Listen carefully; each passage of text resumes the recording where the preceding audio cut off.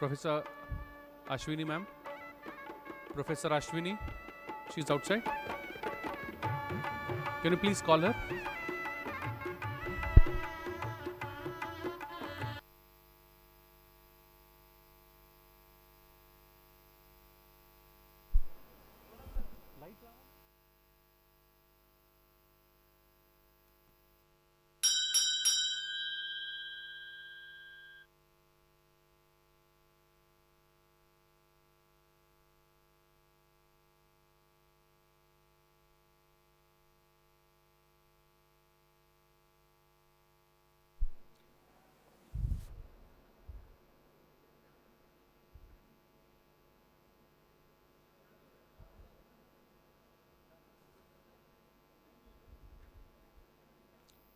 Please occupy the chairs.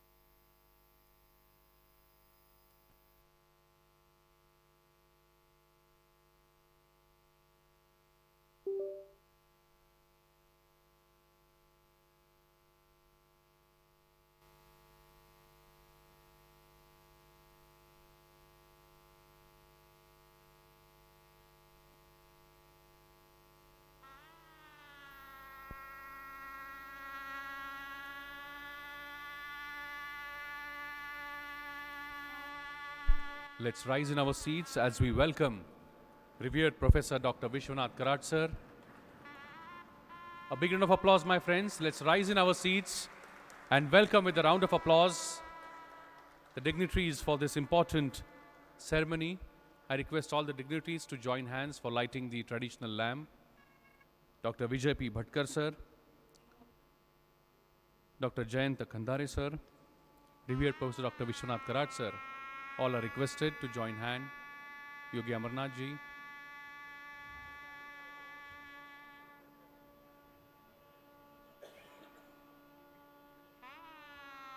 Honorable Vice Chancellor sir, our Bhatkar sir.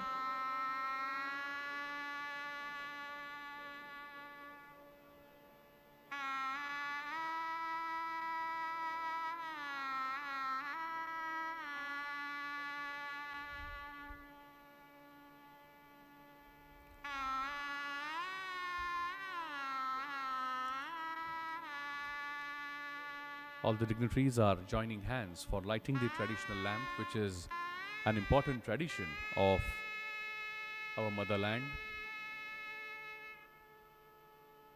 A lamp lit shows the way to us towards the noble cause of world peace. And with this lighting of traditional lamp, the first World Conference on Consciousness and Ultimate Reality is unveiled. A big round of applause, my friends. It's an important occasion in this important gathering today.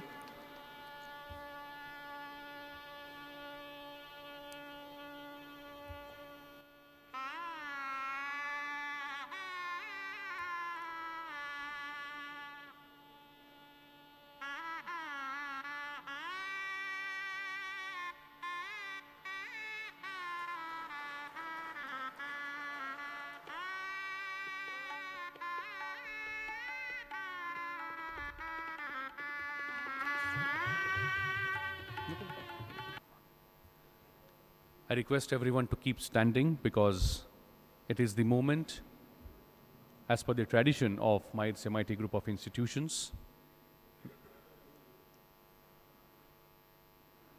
All the dignitaries are gathering. My friends, it has been the tradition of MIT group of institutions that every important occasion, every important day starts with a very special prayer. All the students and faculty members are aware, but let me repeat for all the guests, those who are present here today. This prayer, which we call World Peace Prayer, is a prayer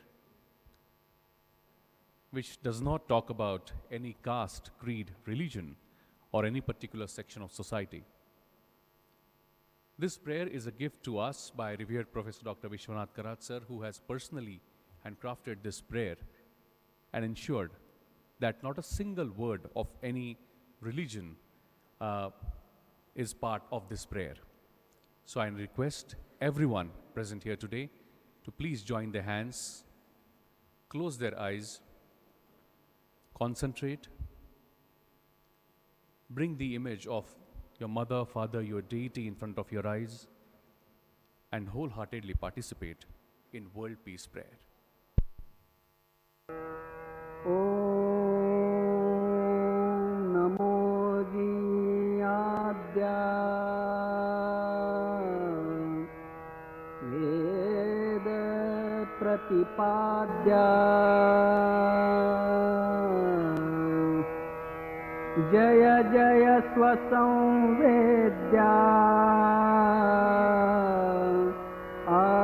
Atmarupa Devatuti Ganeshu Sakalartha Mati Prakashu Mane Nivrittidasu Avadhari Godi Gurur Brahma Gurur Vishnu गुरुर्देवो महेश्वरः गुरुसाक्षात् परब्रह्मा तस्मै श्रीगुरवे नमः।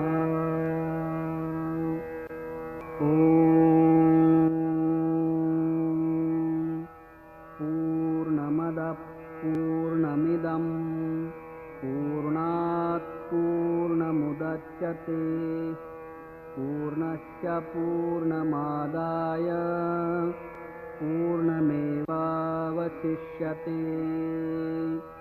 ॐ शान्ति शान्ति शान्तिः। Thank you.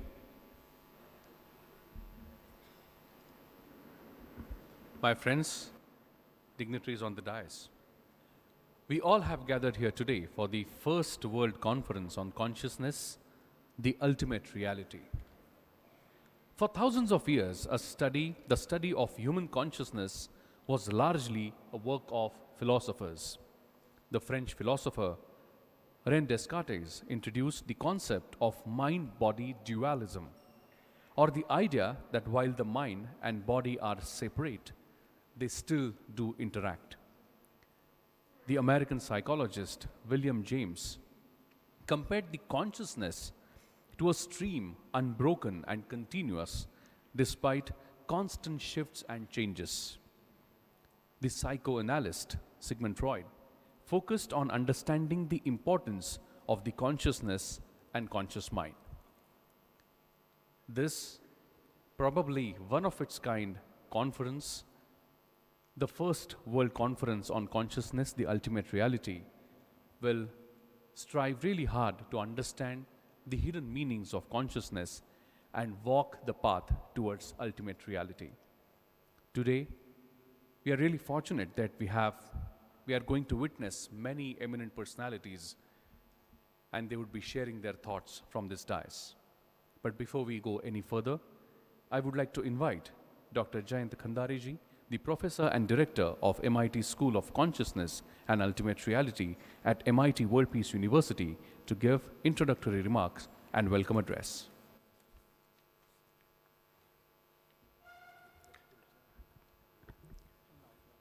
Good morning. It's a privilege to be here today and welcome all of you for the first World Conference on Consciousness, the Ultimate Reality. Great scientist Albert Einstein mentioned that science without religion is lame and religion without science is blind. And Honorable Dr. Karad practices this often and mentions it to remind us the objective of human being, mind, matter, and philosophy and consciousness. It's great pleasure to be here today. Indeed, in 1996, there was first philosophy conference held in this venue.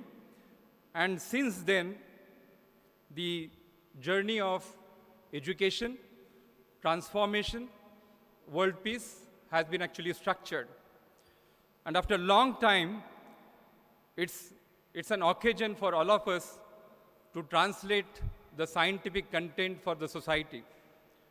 We know that the world population is more than 7.8 billion.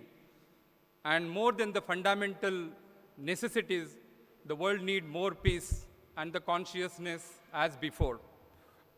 It's great honor to introduce today with the great minds, scientists of this country, leaders, including Dr. Vijay Bhatkar, our brain surgeon, neurosurgeon, and spine surgeon, Dr. Deepak Ranade. Welcome our Vice Chancellor. On behalf of Rahul V. Karad sir, I present this conference to the attendees today. We have a series of talks for next 48 hours in this great place where we are sitting. And this is more going to be a roundtable conference than our traditional conferences where everybody can actually speak and participate. I would like to have a small disclaimer for this conference that all the content is going to be recorded, and it will be transferred into transcripts, and it will be published as a proceedings with your consents.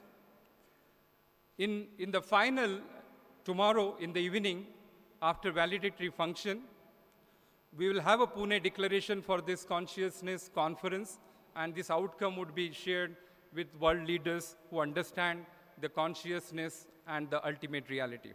It's my great pleasure to welcome all of you and enjoy this School of Consciousness initiated First World Conference on Consciousness, the Ultimate Reality. Thank you.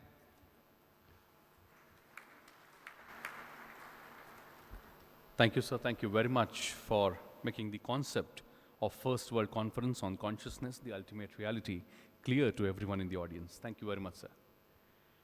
I would now like to request renowned philosopher, writer, and scientist about mind, matter, and consciousness, senior professor at MIT School of Consciousness and Ultimate Reality, MIT World Peace University, and the organizing secretary of this conference, Dr. Deepak Ranade-ji, to share his thoughts about the theme of the conference. Thank you, Mandar. Professor Dr. Karad, Dr. Vijay Bhatkar, all the eminent dignitaries on the dais, as well as my friends who've assembled in very impressive numbers over here. During my interactions with Dr. Bhatkar and Dr. Karad and my profession as a neurosurgeon, there were many opportunities for me to constantly delve into understanding what exactly comprises consciousness. And my journey has been increasingly very, very long, and I've even had the privilege of visiting the Large Hadron Collider in Geneva, because somewhere I felt that if we can understand what matter is all about, then we can probably find an answer to this Descartes' mind-matter duality. But we've not been able to get answers to the matter, what comprises matter. And in fact, there have been some scientists who have said that there doesn't exist anything like matter.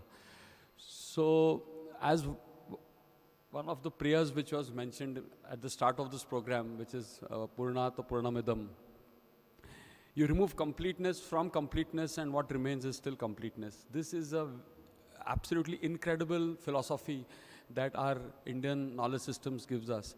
And extrapolating this further, I probably feel that the answer to understanding consciousness lies hidden not in the Large Hadron Collider or these linear accelerators or quantum physics, but more in the Indian philosophical systems.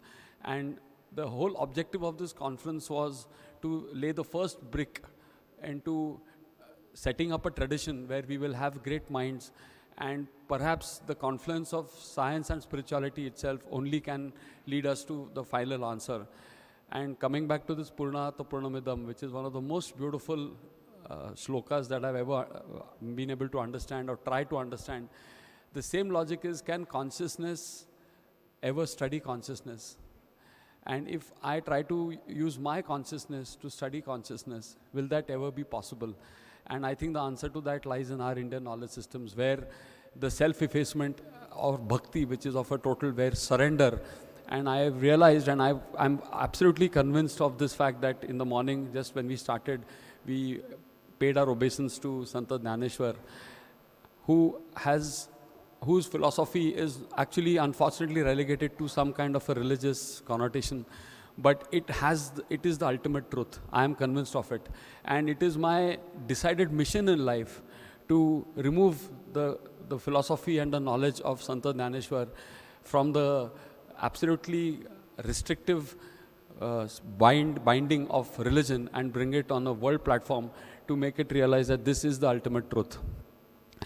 As per Sant Jnaneshwar's understanding, and from what I have been able to make a little bit sense of it, I have realized one very important thing, as a brain surgeon also, that my sense organs are incapable of understanding the ultimate truth.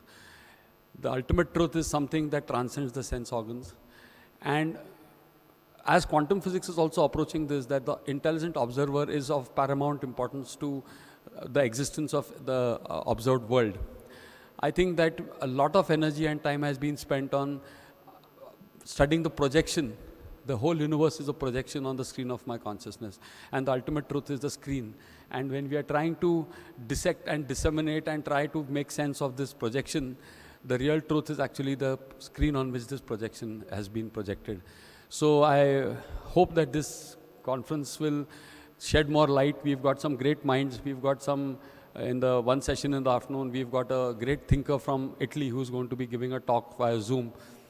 He's going to be talking on Synthropy. So I am very, very certain that the way forward, as per Swami Vivekananda's dream, which he had said that India will be the force to reckon with and the guru of the whole world. I think we are taking small steps in that direction, because unraveling the ultimate truth is eventually going to be not just a matter of science, but it's going to be a confluence or a synthesis of science and spirituality. I welcome all the delegates once again, and I hope that this conference is a very big success and we will be able to replicate its story year after year. Thank you so much. Thank you very much, Dr. Deepak Ranade-ji. Thank you very much for showing faith that this conference will have its immense contribution towards understanding and walking the path of ultimate reality. Thank you very much, sir. And now is time in this inaugural session that we welcome and felicitate the dignitaries that we have here with us today. I would like to request Revered Professor Dr. Vishwanath Karad, sir, to kindly felicitate and welcome the dignitaries for this session. We are really fortunate enough to have as the chief guest and the keynote speaker of this session, the world-famous computer scientist and Chancellor of Nalanda University, Padma Bhushan, Honorable Dr. Vijay Bhatkar, sir. I request Revered Professor Dr. Vishwanath Karad, sir, to kindly felicitate and welcome Dr. Vijay P. Bhatkar, sir.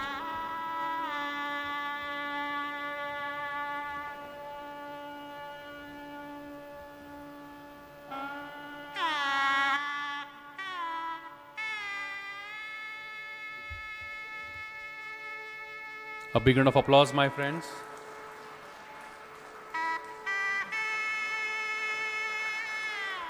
A big round of applause. A very tall personality is present here with us today. I now request sir to kindly felicitate and welcome Yogi Amarnath ji.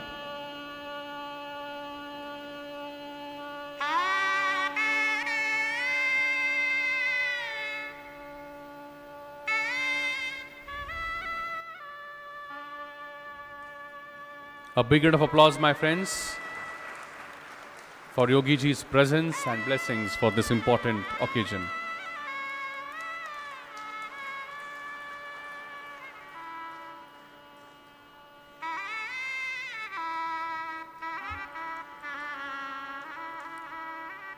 Thank you. I request all the dignitaries to continue this as auspicious occasion and make their way towards the inaugural board.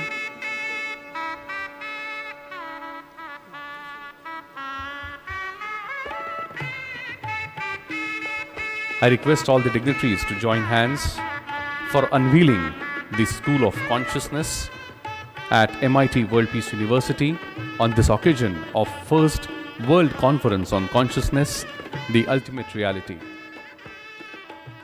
All the dignitaries are joining hands for unveiling the plaque which will mark the unveiling of the School of Consciousness, the first of its kind and very unique school, an important occasion in Indian academia. All the dignitaries are ready. A big round of applause, my friends, as the School of Consciousness is unveiled at the hands of dignitaries Padma Bhushan, Honorable Dr. Vijay P. Bhatkar, sir, Revered Professor Dr. Vishwanath Karad, sir, Yogi Amarnath ji, Honorable Vice Chancellor, sir, and all the dignitaries. A beautiful, beautiful occasion. Thank you, dignitaries. Thank you very much.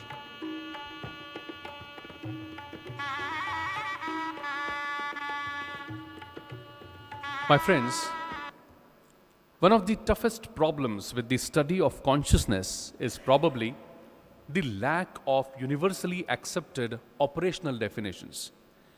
Because we everybody, every researcher defines consciousness as per his or her own understanding. So a universally accepted operational definition is probably the first hurdle that the study of consciousness has. Descartes proposed the idea that I think, therefore I am. So consciousness probably is the symbol of being if someone who is able to think has consciousness. Probably we will deliberate more on this thought in this conference today and tomorrow.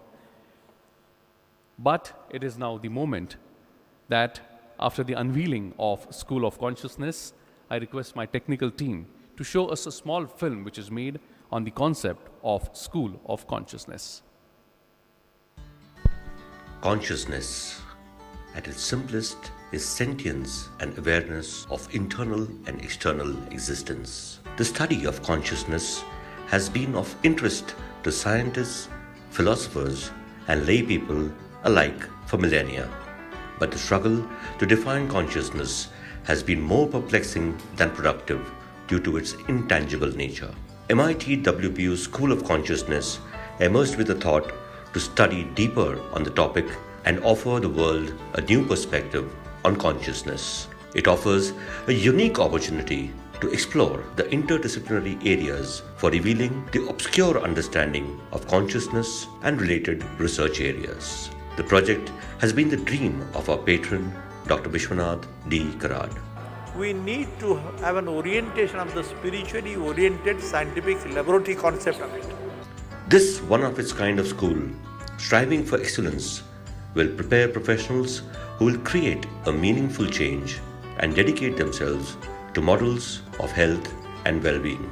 At the University of Oxford, Roger Penrose mentioned that if we want to define the consciousness, the ultimate reality, the road to reality is the most important and ambitious work of a science for generations. The mission of the school is to inculcate a sense of innovation and practice of ethics with a philosophical approach to practical solutions.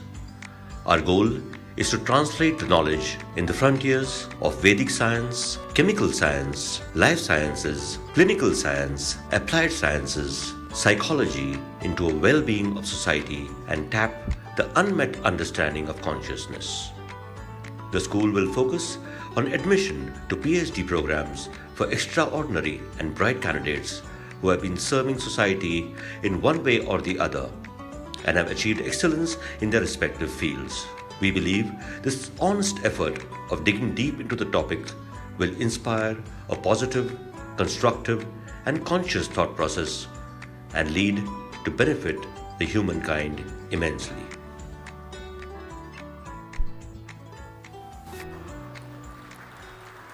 Let's give a bigger round of applause, my friends. It's a very unique thought of revered Professor Dr. Vishwanath Karad, sir. Thank you, sir. Thank you very much. And now, I would like to invite world-famous computer scientist and Chancellor of Nalanda University, Padma Bhushan, Honorable Dr. Vijay P. Bhatkar, sir, for his inaugural address and keynote speech. I request, sir, to kindly address the gathering. Let's welcome him with a big round of applause, my friends. It is our good fortune.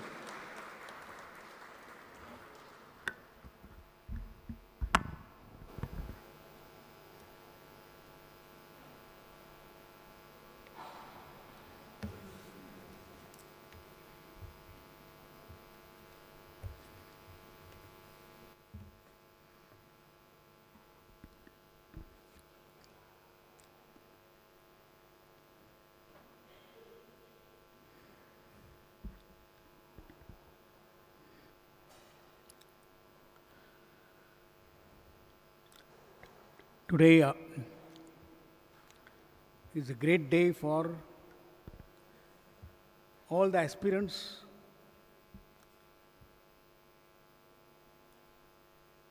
of knowledge, and we have taken on the table one of the great human quest to understand the nature of reality itself. in all the temples, in all the pursuits of knowledge, this has been the ultimate quest, as this conference is titled. This is the first World Conference on Consciousness, what is been termed consciousness itself is the ultimate reality. And we are going to dwell on this issue. Now this issue, as we see, that is being discussed in such depth and in such extent that I wonder often that how is that this subject is surfacing the minds of some of the greatest thinkers as you look at, as you contemplate, as you see the knowledge that is expressed through YouTubes and many seminars, many conferences that are taking place all over the world. I have been watching this subject for a very, very long time. I've been discussing with Professor Vishwanath Karad and also Rahul Karad. We have been discussing this issue for several years. That one issue that we need to take up in any university of substance, and that is the ultimate purpose of any university, is that what is the nature of reality itself.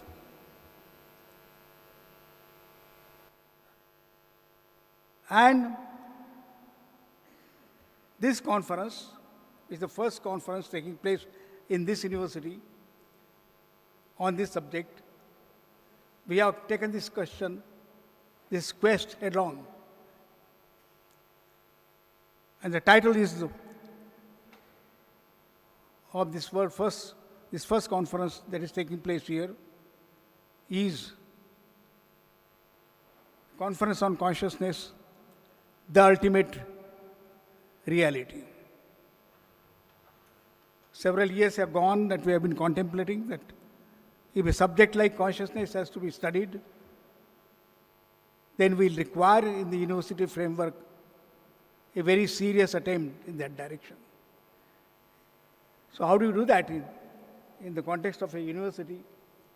In the context of a university, we create a new school.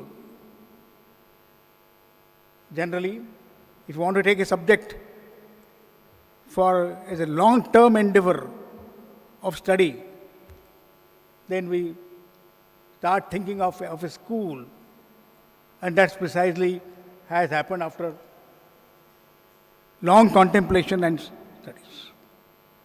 And we begin generally with a world or with a conference, a serious international conference on this issue, where people who have been thinking on this issue, contemplating this issue, studying this issue for a very long time and deeply,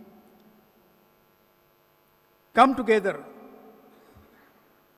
to understand his perspectives, his different visions, and what we understand, his definitions, and to what extent we are going to cover this issue. So this conference is taking place, this inauguration is taking place in this context. We all know that. Next 2 days we are going to discuss this. And I am very happy to see that the sessions that have been planned, I think what Deepak has done, under the guidance of Professor Karad and also me, this one, that what subjects must be taken up for discussion. And then we have planned about 6 sessions, about 50 papers.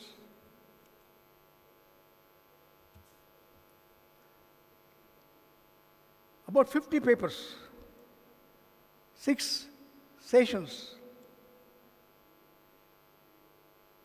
and one after another. When the list was made that who should be invited for this, And we wanted this to be international conference from all over, where people from all over the world they could come or they could participate through virtual mode, which is one of the greatest gifts today possible, that we are able to communicate, arrange such conferences in a virtual mode. And that's what will happen here too, this one. There will be also the physical presentations, because you can't really replace in a virtual mode. You can or you cannot sometimes. So this will take place in the hybrid mode. And the world, some of the world's great thinkers, not all, it is our attempt to put together some of the greatest minds, but this has been our first attempt. And many people wanted to participate, but Professor Kandare, Dr. Ranade, under the guidance of Professor Karad and myself also, we thought that we'll have to limit in the participation, so some 50 to 60 participation were contemplated. Participants are going to dwell on this one.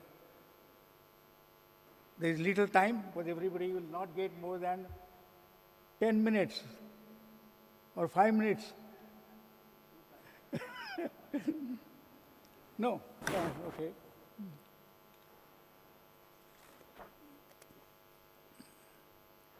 To dwell on this. But I'm very happy. I'm personally very happy that in India, this subject on consciousness is getting discussed in a university framework as we are defining our new or the national education policy or new national education policy. And I always wanted that when I was participating in framing the recommendations of the new education policies, I thought that that consciousness must come as a prime subject for discussion. Because you are starting from the highest knowledge. Contemplating on consciousness is contemplating on the highest knowledge what humans can endeavor to discuss. This is the subject which has been taken up for discussion in the earliest knowledge system that has emerged on this planet. That is the Vedic knowledge system.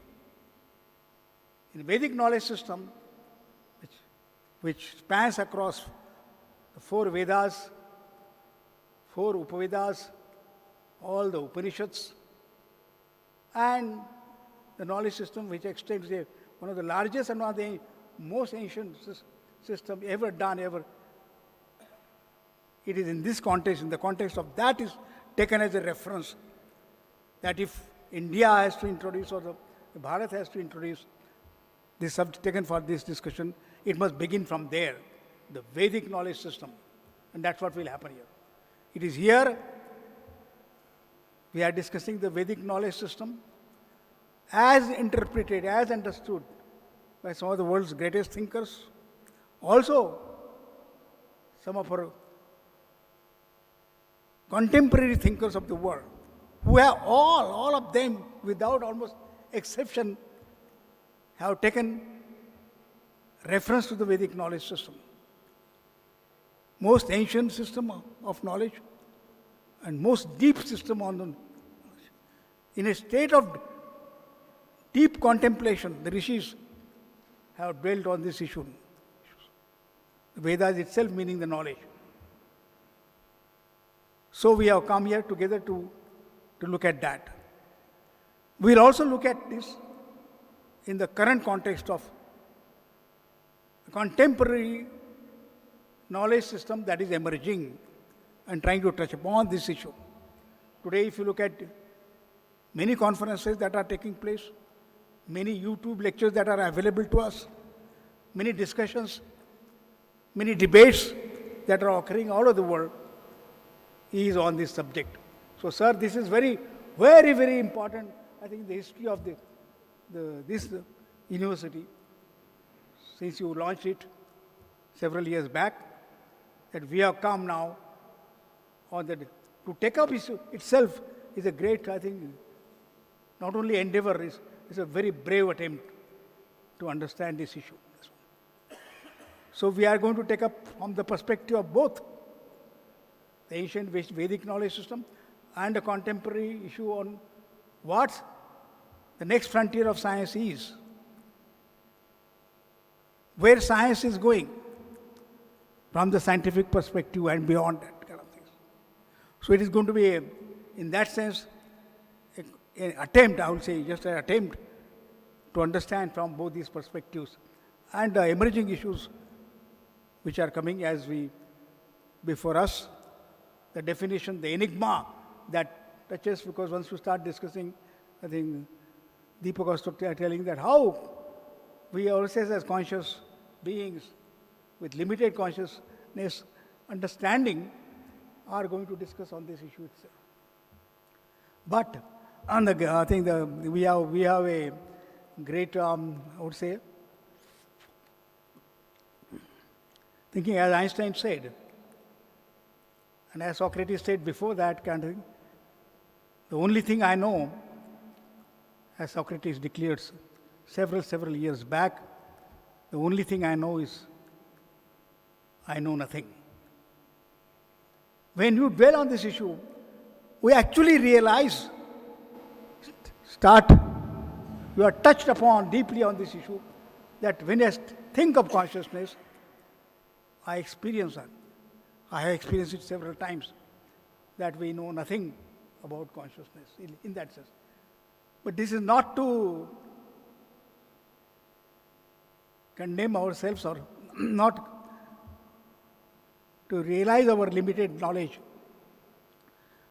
but also we remember the great realization that Einstein had expressed while understanding the nature of reality. This one. This world is extremely complex. If you look at this universe, some time back we were talking about this cosmos in another conference, different layers of this one existence, what we have been given to us. This one.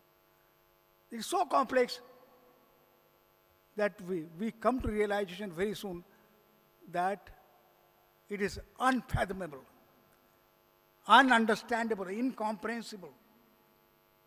And one is humble that what a wonder is in which we have been born. That's how Vedas first declare.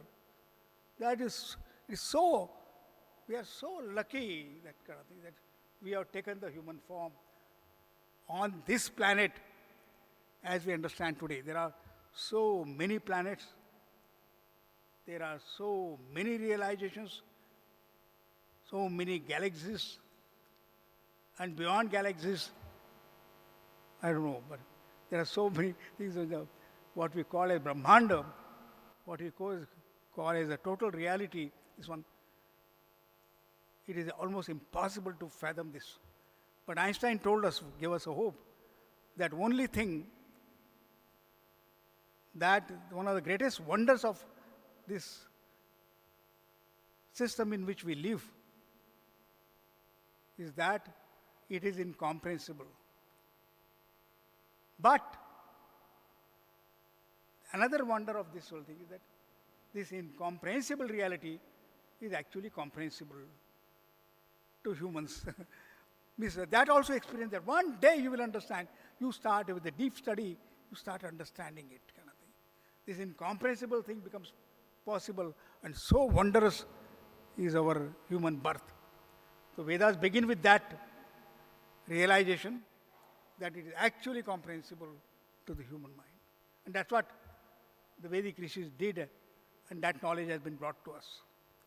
We are revisiting this system in today's context, and that also is starting from the Kepler's or Galileo's time, ever since we created artifacts like telescopes, this one, we started looking at the stars, and slowly they started revealing before us, and through that revelations, many layers of that reality are being presented. Today's the great telescopes, radio astronomy telescope, even look at what are available in Narayangao today, that kind of telescopes which are become available.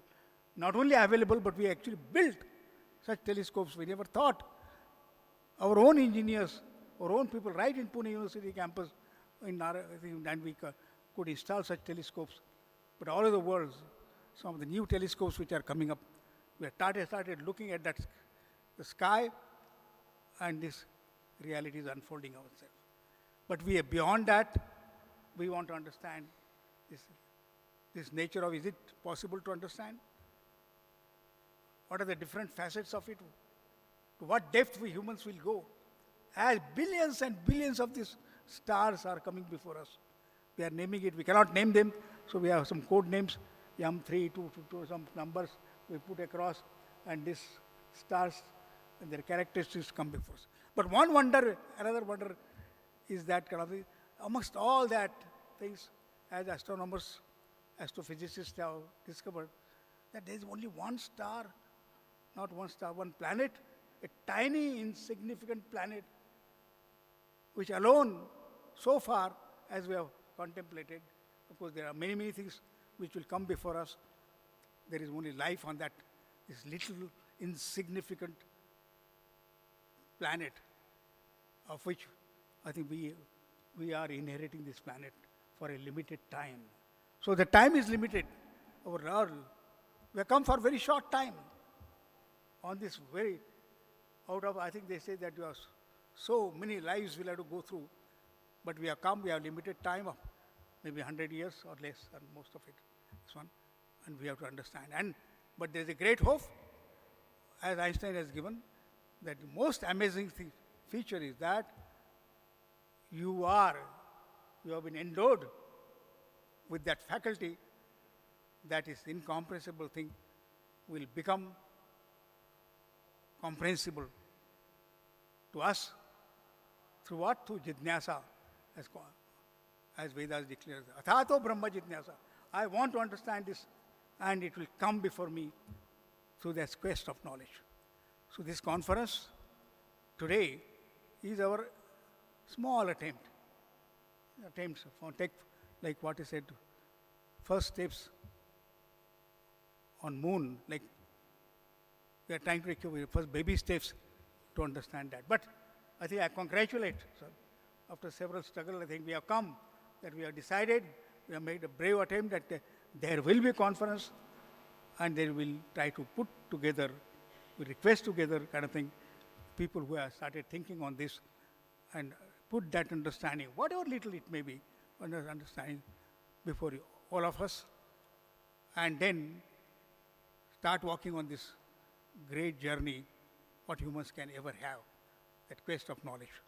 So I'm very thankful, sir. 10 minutes.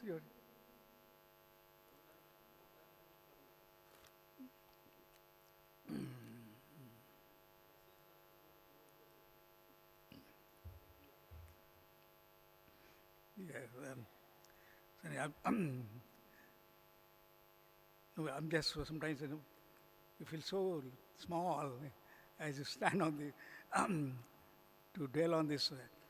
The past few days I've been looking at trying to understand at least the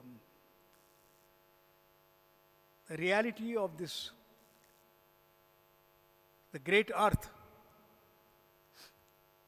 which led to a book when we were thinking about it.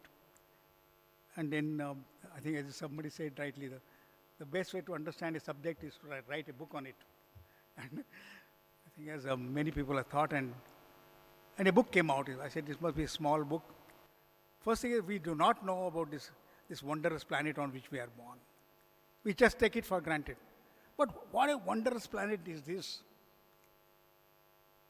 And when you start writing a book, start dwelling on little deeply this one, and you understand, oh my God, how lucky I am that I am born on this wonderful planet. Little deep we go, then we know there is not only one planet, there are 9 planets, Navagrahas, which were, I think our rishis had first contemplated without any tools, without any kind of modern tools which are available to us. And then we require that, no, they are not just the planets. And there are men, we suddenly see that there are so many stars. This universe composes of this one. And so many stars. How many are there? Then you wonder, no, there are not millions, there are billions and billions of stars. You have to just, because you look at the sky, somebody had said that you go to the beach, how many stars are there? You take out some sand in your hand. There are as many stars as the grains of sand come, you can embrace. There are so many billions and billions of stars. They are so big that you cannot imagine. They're composing of several suns like this as our sun, thousands of times or billions of times larger than those planets. That's that great star which make the life possible. This, and then beyond that, it is such a vast universe. It cannot be called universe because it consists of several universes. Today the theory has come, there is not one universe, and there are many, many universes, which is now called as multiverse. One theory goes, it is a multiverse theory, that there are many, many universes which are this. And we'll keep on searching for them. This one. That's why when I wanted to say that, when Vivek Samant is here, and then we were thinking of that, suppose we want to create a new university, I said universe will be a wrong, a limited way of looking at it. It must be called as a many universes or multiverses. So then I started, how about naming it as a multiversity? And we called it a multiversity. It may be right. But even multiverse may not be the right, the limitation, way of imagining it. One great thing faculty given to humans is that we are able to imagine. And that's why Einstein rightly said that the greatest faculty given to humans is the power of imagination. Not power of just, you can imagine, there's no limitation on your imagination. And today, I think in this conference, that's what we are going to do also. We are going to imagine what we think of this universe, which we rightly call as cosmos, because the many universes can be called as a cosmos, this cosmic reality. And that's what I think Krishna, that kind of vision which was given to him, vision of imagination, that Krishna gave it to Arjun, that it's not possible to see in your faculty as it's been given to you, this one. But I will give you a special, divya vision, this one, by which you can see this universe. Today, in that imagination, I think we are going to see this world, in this cosmos. Can we imagine that? Yes, we can imagine that. That was promised to us. That's what Krishna did to Arjun, and show that what this. It's a beautiful way of looking at it, as we'll see, as the different perspectives will come before us. Different imaginations will come before us, one by one. Different visions will unfold before us from each one of us, and nothing is limited. I'm not saying each imagination is going to be very perceptive, imaginative, and we are going to live in that world as we are imagining. Today, when I look at computers, I never imagined that one day it will be possible for us to put that entire universe in this device, this cosmos. In this small device, you can indeed look at it, sift through it, search into it, pages after pages, photographs after photographs, and it is indeed possible to capture that whole reality in this small device, which will getting smaller and smaller and smaller, and you can put in the pocket. So we are able to put the entire cosmos in your pocket. Imagine, I never imagined, I worked in this field for a very long time, right from the beginning. But a day will come in my own life where I will exist. I will exist, and I will be able to see this reality sitting in my own pocket. And then that we are able to comprehend. Whole cosmos of this magnitude is sitting in my device, like mobile phone. I never imagined that mobile phone realization will come. Though we are attempting to do that kind of things, but here it has come before us. We don't know what will be tomorrow. We are talking of new language which is required to define it, what is called metaverse. A verse is a language, a new language which will be created, which will be called the metaverse realization, which will be in a form, in not only just reality, in 2D, 3D, in deep realities which will be able to express and bring before us. And that form, I think that is going to be like a cosmic dance, and we'll see that the stars will dance before us. This one, and we'll try to understand that. So I think it is in this reality, in this kind of amazing form, we are going to look at it, I would say that. This is the first conference. Panditji has walked in. I think that's what Panditji I was talking to about the Vedic view of this realization, what we are going to do. The Vedic view of it. What is this? What is it? How did our rishis imagine that? How did they comprehend? How did they talk about it? When I was talking in one conference recently, that how accurate those presentations are in terms of the diameter of the sun, in terms of moon, the distance between the earth and moon, how accurate our rishis had calculated. One wonders how this has happened. What mathematics was used, what is called Vedic mathematics to some way. But if you look at Vedic mathematics in its perception, in its calculations, the way of calculations, one wonders how did our rishis had done that, unless they were given. Indeed, our rishis had that divya chakshus, were endowed. I think the divinity had endowed them with that divya chakshus, and we have come to this level. Part of it will be discussed as we have come to this stage. How long the human journey will be, one cannot imagine, one cannot say that kind of thing. But new ways are there. And that I one thing that if in this conference and if we do not feel totally humbled, like Socrates says that the only thing I know, realization, is that about this reality, I almost know nothing. My journey will go on and on and on.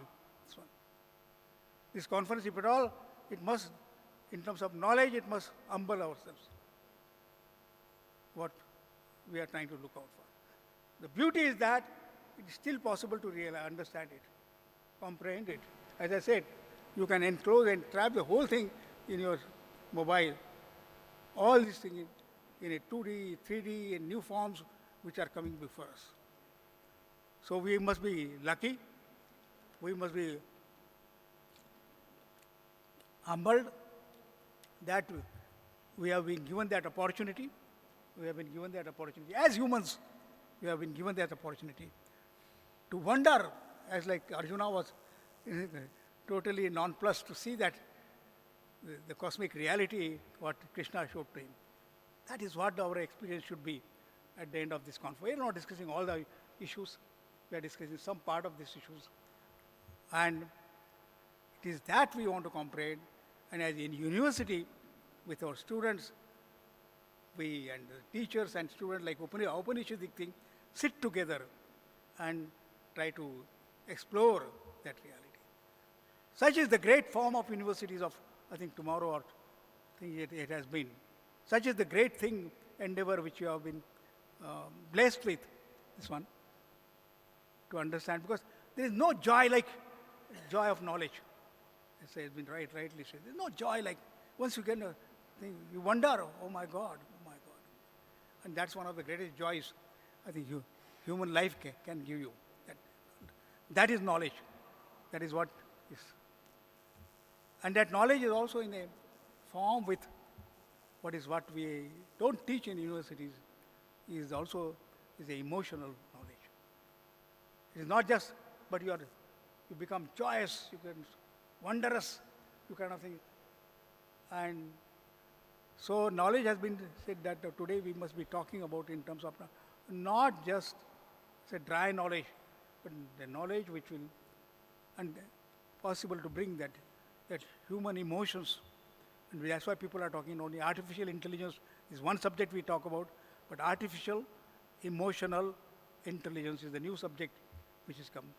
That artificial emotional intelligence kind of thing. That experiential knowledge, what even Krishna talks about, experiential knowledge, which is the next form of the thing which we must bring on the table, bring here in that cosmic dance before us, and experience it and go forward in our journey towards knowledge.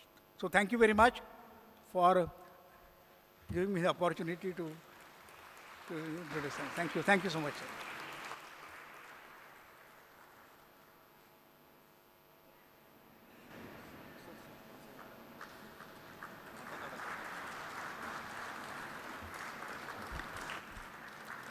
Let's rise in our seats and give a big round of applause to Padma Bhushan, Honorable Dr. Vijay P. Bhatkar, sir. A big round of applause, please. Thank you very much. And now it's time when I invite the motivation, the prerana behind School of Consciousness, founder, president of MIT-WPU University, revered Professor Dr. Vishwanath Karad, sir, for his presidential address. Please put your hands together and welcome with a big round of applause, Professor Dr. Vishwanath T. Karad, sir.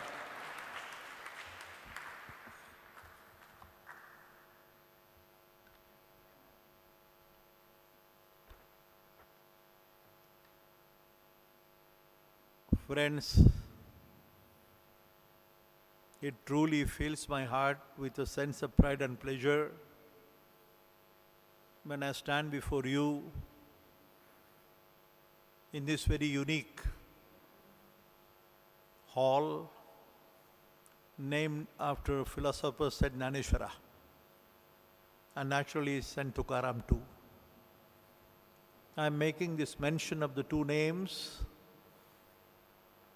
basically for the very simple reason that I had the fortune of organizing the first parliament,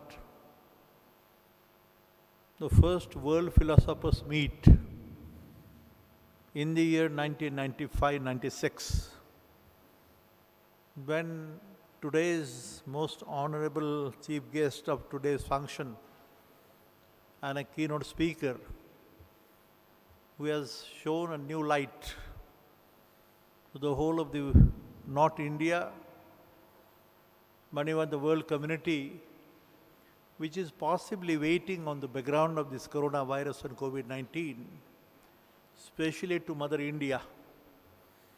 And the very message of understanding the nature of reality, the word consciousness, intelligence, leading to the understanding of the ultimate reality, the ultimate truth. Maybe Ramakrishna Paramahans is one name as a great teacher of our teachers, Swami Vivekananda, who had said these words of wisdom in the year 1893 in the very first World Parliament of Religions. You know it, every one of you. I'm not making any new mention, but I, being a follower, a staunch follower of philosopher Saint Gnaneshwara and naturally the great noble son of India, Swami Vivekananda, who had very assertively stated this statement. To understand what is the role of science and what is the role of spirituality and philosophy too. The time has come when he had made a mention that time that possibly in the year this 21 or 22nd, my Mother India will emerge as a divine knowledge god of the whole world. It is his sentence. My Mother India, गर्व से नहीं, स्वाभिमान से. यह शब्दों का उच्चारण हुआ, and what I feel sincerely, with always the confirmation, which always try to take the confirmatory test from Vijay Bhatkar himself, who has been also today in search of understanding the 18-digit computer, Vivek Savanji, Knowledge Corporation. Here is a gentleman sitting here in the audience in the first row, known as Vivek Savant, possibly a disciple of Vijay Bhatkar. I am very happy that there are so many people sitting in the audience I can see who are very curious to understand possibly our own duty.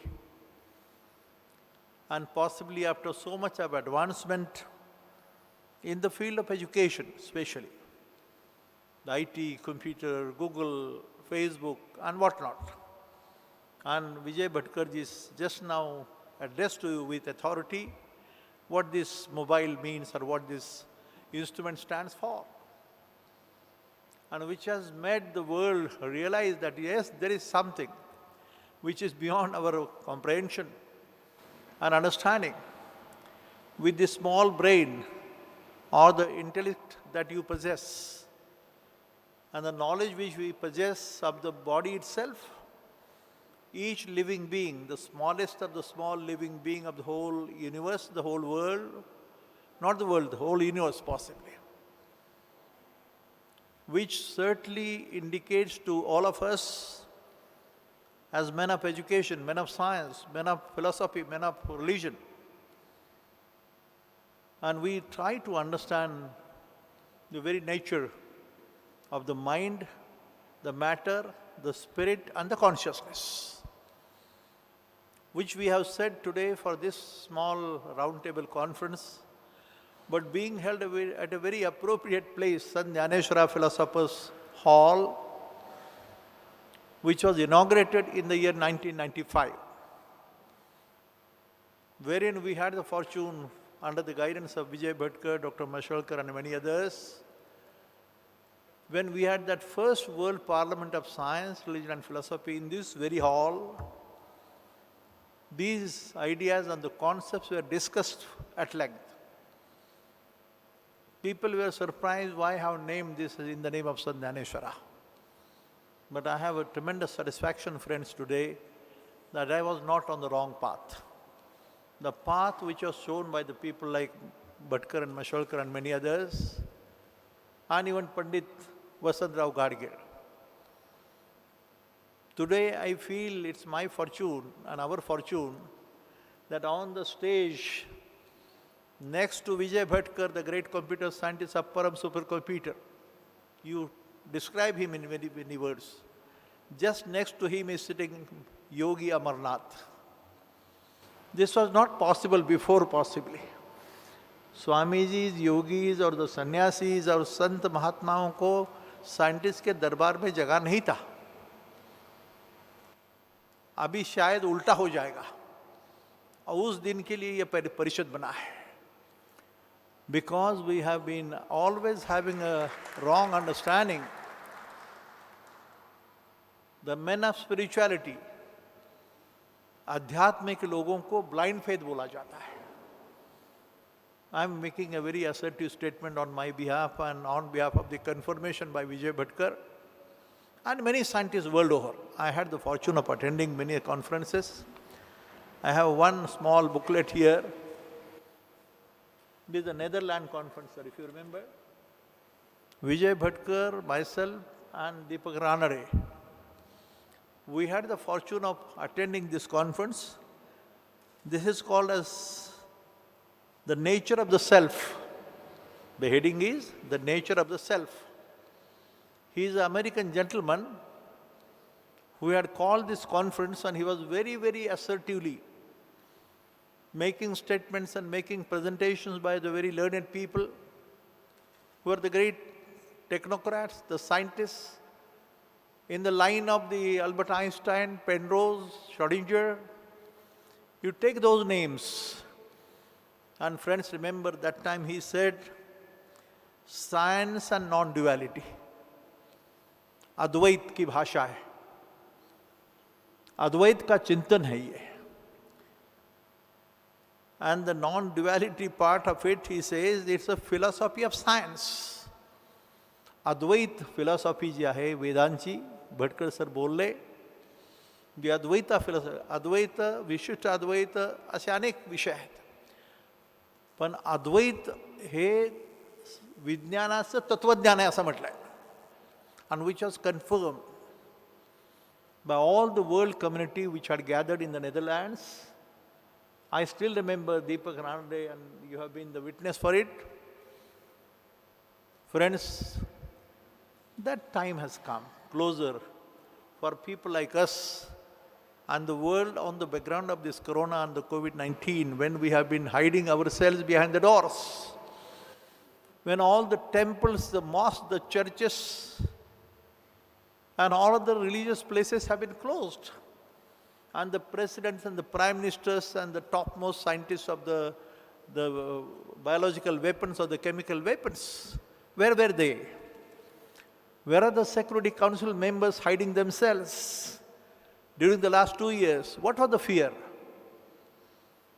That one virus called as COVID-19 came out with only 15-20% strength, not 50 or 100% strength.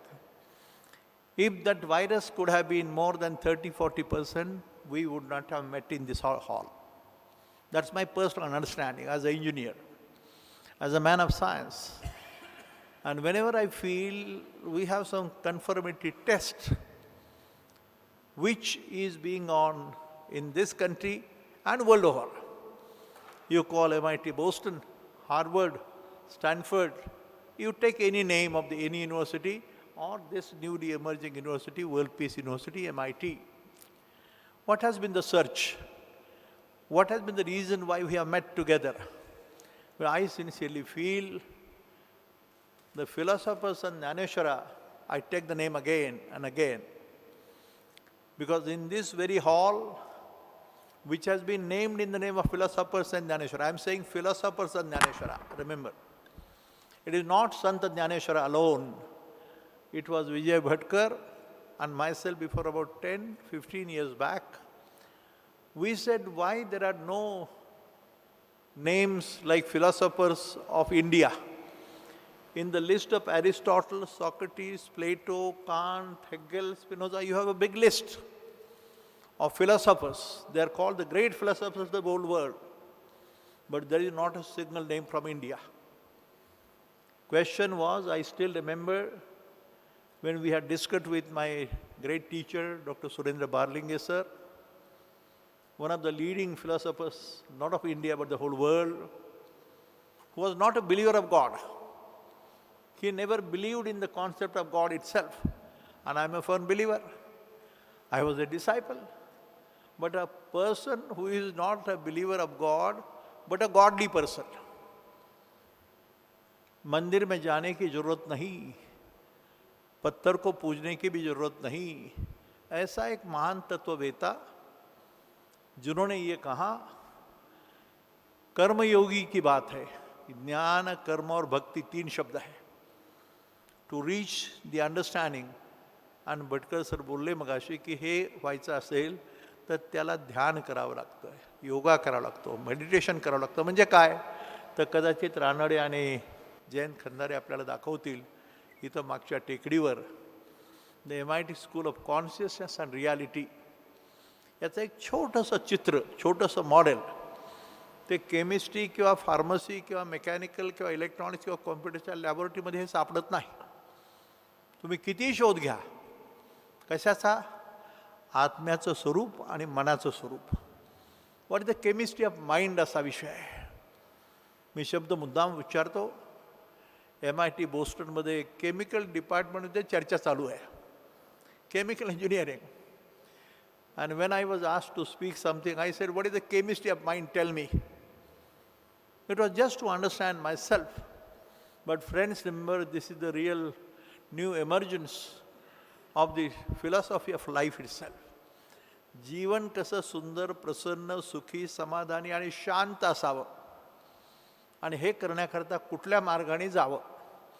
गणित यावं, physics कळावं, chemistry कळावी, Google कळावं, बाकीचं कळावं, पण तरी शांती नाही ना. मनाला आनंद, सच्चित आनंदाची अनुभूती होत नाही. मग मार्ग कोणता? तुम्ही सायंटिस्ट असून तुम्हाला हे कळलं तर आनंदच आहे. म्हणून त्यांनी इथं म्हटलं आहे, आम्ही असं म्हटलं शेवटी, की ओम आणि योगा हे दोन शब्द आहेत. ओम हा युनिव्हर्सल वर्ड आहे, हा जातीवाचक शब्द नाही आहे. आणि याच्यामधून शेवटी असं त्यांनी म्हटलं, विवेकानंदाचे शब्द ते माझं नाही, पण सर्व अल्फाबेट्सची बेरीज केली आणि सर्व केलं तर त्या ओमचा शोध घेतला. उ म ओम हे उच्चारण जे आहे, हे उच्चारण युनिव्हर्सल उच्चारण आहे. आमेन असा शब्द आहे. प्रत्येक भाषेमध्ये त्याचं एक सौंदर्य असणारे शब्द आहेत, पण हा एक कॉमन शब्द आहे. जगातल्या जेवढ्या लँग्वेजेस असतील त्याचा कॉमन शब्द आहे. एकदाच विवेकानंद वाचून पहा, अनुभूती घ्या. आणि हे जर करायचं असेल तर हिमालयाच्या गुहेमध्ये जाऊन बसावं लागतं. केमिस्ट्री फिजिक्सच्या लॅबोरेटरीमध्ये याचं साधन तुम्हाला कळणार नाही, दिसणार नाही.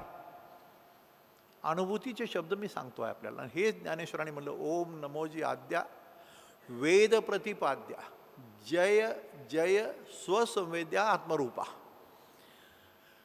Knowing the self, understanding the atman, understanding the atman spirit.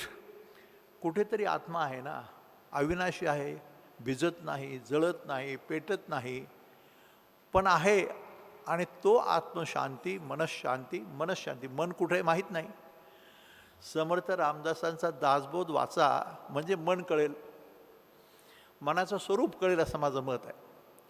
खरं म्हणजे मॅनेजमेंटचा सर्वात उत्कृष्ट ग्रंथ असेल तर तो संत रामदासांनी, समर्थांनी लिहिलेलं ते चिंतन आहे. पण त्याचंच चिंतन माऊली कोणत्या भाषेत बोलते आणि तुकाराम महाराज कोणत्या भाषेत बोलतात? शांती परते नाही सुख, एर अवघेची दुःख, म्हणून शांती धरा उतराल पहिलं तिरा. पाषाण देव, शेत एकच आहे, दगड काढले, मार्बल सापडला सुंदर, आणि त्याचीच मूर्ती केली सुंदर देवाची. तुमचा कॉन्सेप्ट असेल तो, आणि त्याचंच देऊळ बांधलं, त्याचीच पायरी केली, एकावर पाय दिला, दुसऱ्याची पूजा करतो. पाषाण तोच आहे. जगद्गुरू हा शब्द संत तुकाराम महाराजांना शोभतो असं माझं मत झालं आहे. अनेक वर्षाच्या तपश्चर्येनंतर वैष्णव परंपरेचा पाईक असल्यामुळं थोडंसं शहाणपण आलं. आईन्स्टाईनही कळला, श्रॉडिंजरचं तत्त्व कळलं, म्हणून भटकरांसारख्याची दोस्ती झाली, म्हणून जीवनाचा अर्थही कळायला लागला. तर त्याला डिफाईन नॉलेज सिस्टीम हा जो शब्द वापरला आहे. आणि अंतिम स्वरूप जे आहे, तुम्हाला स्टीफन हॉकिन्सचं पुस्तक माहीत आहे, ते जे पुस्तक आहे brief history from big bang to black hole, त्यातला शेवटचा शब्द आहे त्या पुस्तकाचा, the only ultimate reality of the truth is God, असं म्हटलं त्याने. आता त्या गॉडला राम म्हणायचं का, रहीम म्हणायचं का, जीसस म्हणायचं का, बुद्धा म्हणायचं, तुम्ही ठरवा. तुमच्या आईबापांनी ठरवलं आहे. विवेकला नाव काय, आम्ही दिलं काय? मला विश्वनाथ नाव आहे माझं. विजय भटकरांना विजयादशमीला जन्मले म्हणून विजय भटकर, पण आपल्या आईवडिलांचं चॉईस आहे. मला आणखीन काही म्हटलं तर की मी बिघडलो नसतो, वेगळा. नाव हा एक वेगळा विषय. पण तथागत गौतम बुद्धांनी 2600 वर्षापूर्वी, किती 2600 वर्ष झाली, 19व्या वर्षी बाहेर पडतो, राजमहाल सोडतो, पत्नी आणि लेकरू सोडून देतो, आणि त्या वैभवशाली महालामधून शोधाच्या बाहेर पडतो. कशाच्या? ज्ञानाच्या आणि मनशांतीच्या. ज्ञानेश्वरांनी जे बोलले पहिल्याच ओवीमध्ये, जे ओम नमोजी आद्याचा उल्लेख केला, मी self consciousness, self reality, understanding of the self, हे जे शब्द वापरले गेले हे खरं उसणं आहे, हे आपलं काही नाही. हे थोडंसं वाचल्यानंतर जी अक्कल आली त्याचं फक्त मी नॅरेशन आपल्यासमोर करतो आहे. कारण का काय कारण आहे, ही परिषद कशा करता, हेतू काय? भटकरांशी 10 वेळा चर्चा करून, दीपक रानडे हा न्यूरोसर्जन आहे,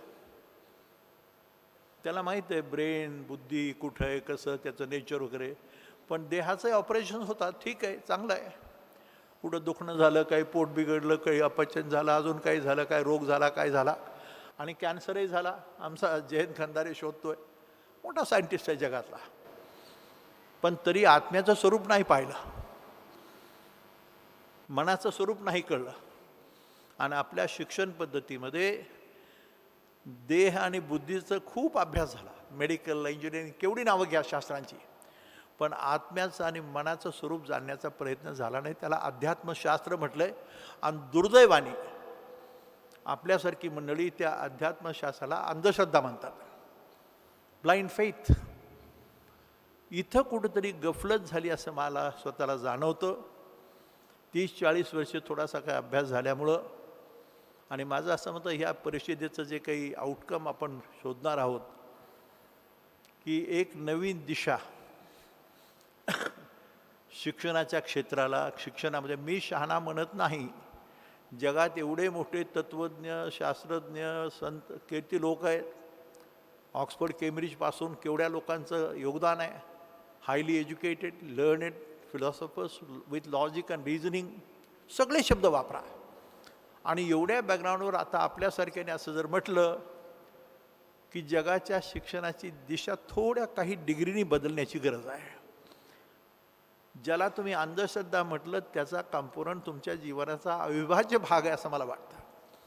कारण का आत्मशांती, मनशांती, जीवनामध्ये आनंद, सच्चित आनंद पाहिजे असेल तर तो केमिस्ट्रीच्या भाषेतून मिळत नाही, नुसत्या केमिस्ट्रीच्या भाषेतून मिळत नाही, ते हवंच आहे. आता जेव्हा पुन्हा 3दा नाव घेतो मी विवेकचं, कारण का पहिल्यांदाच माझं त्यांचं इथं असं दर्शन होतं आहे दोघांचं. नॉलेज कॉर्पोरेशन, आमचं म्हणणं डिव्हाइन नॉलेज कॉर्पोरेशन, त्याला डिव्हिनिटी शब्द जोडूया. आणि जो भटकर सरांनी जोडलेला आहे जगासमोर हे मांडण्याचा त्यांचा मनापासून प्रयत्न आहे. मला असं वाटलं की आपल्याला याच्यातलं पूर्ण कळलं आहे का, नाही, मग ते कळून घ्यायचा प्रयत्न तर करू. आपले सहकारी, त्यांना काय वाटतं, त्यांच्या मनात काय येतं, अनेक वेळा मोठे पुढारी मी पाहिलेत, अहो काय सर तुम्ही ज्ञानबा तुकाराम करता, टाळकुट्यांच्या मागे लागता, तुला नाही कळलं ते, ज्ञानेश्वर वाचलास का, ज्ञानेश्वरी उमजली का तुला, वाचून तर बघा. एकही शब्द, पुन्हा सांगतो, एकही शब्द गाथेमध्ये किंवा ज्ञानेश्वरीमध्ये, इवन नाथांच्या एकनाथी भागवतामध्ये असेल, समर्थ रामदासांच्या मनाच्या श्लोकमध्ये असेल, एकही शब्द दिशाभूल करणारा किंवा चुकीचा नाही. That the most scientific and logical words of wisdom. आणि म्हणून हा जो डोम उभा राहिला तो कसा, कुठे, काय माहिती नाही, पण झालं खरं. जगातला in the known human history for the first time, मी शब्द वापरतोय, मी केला असा दावा नाही, पण घडला.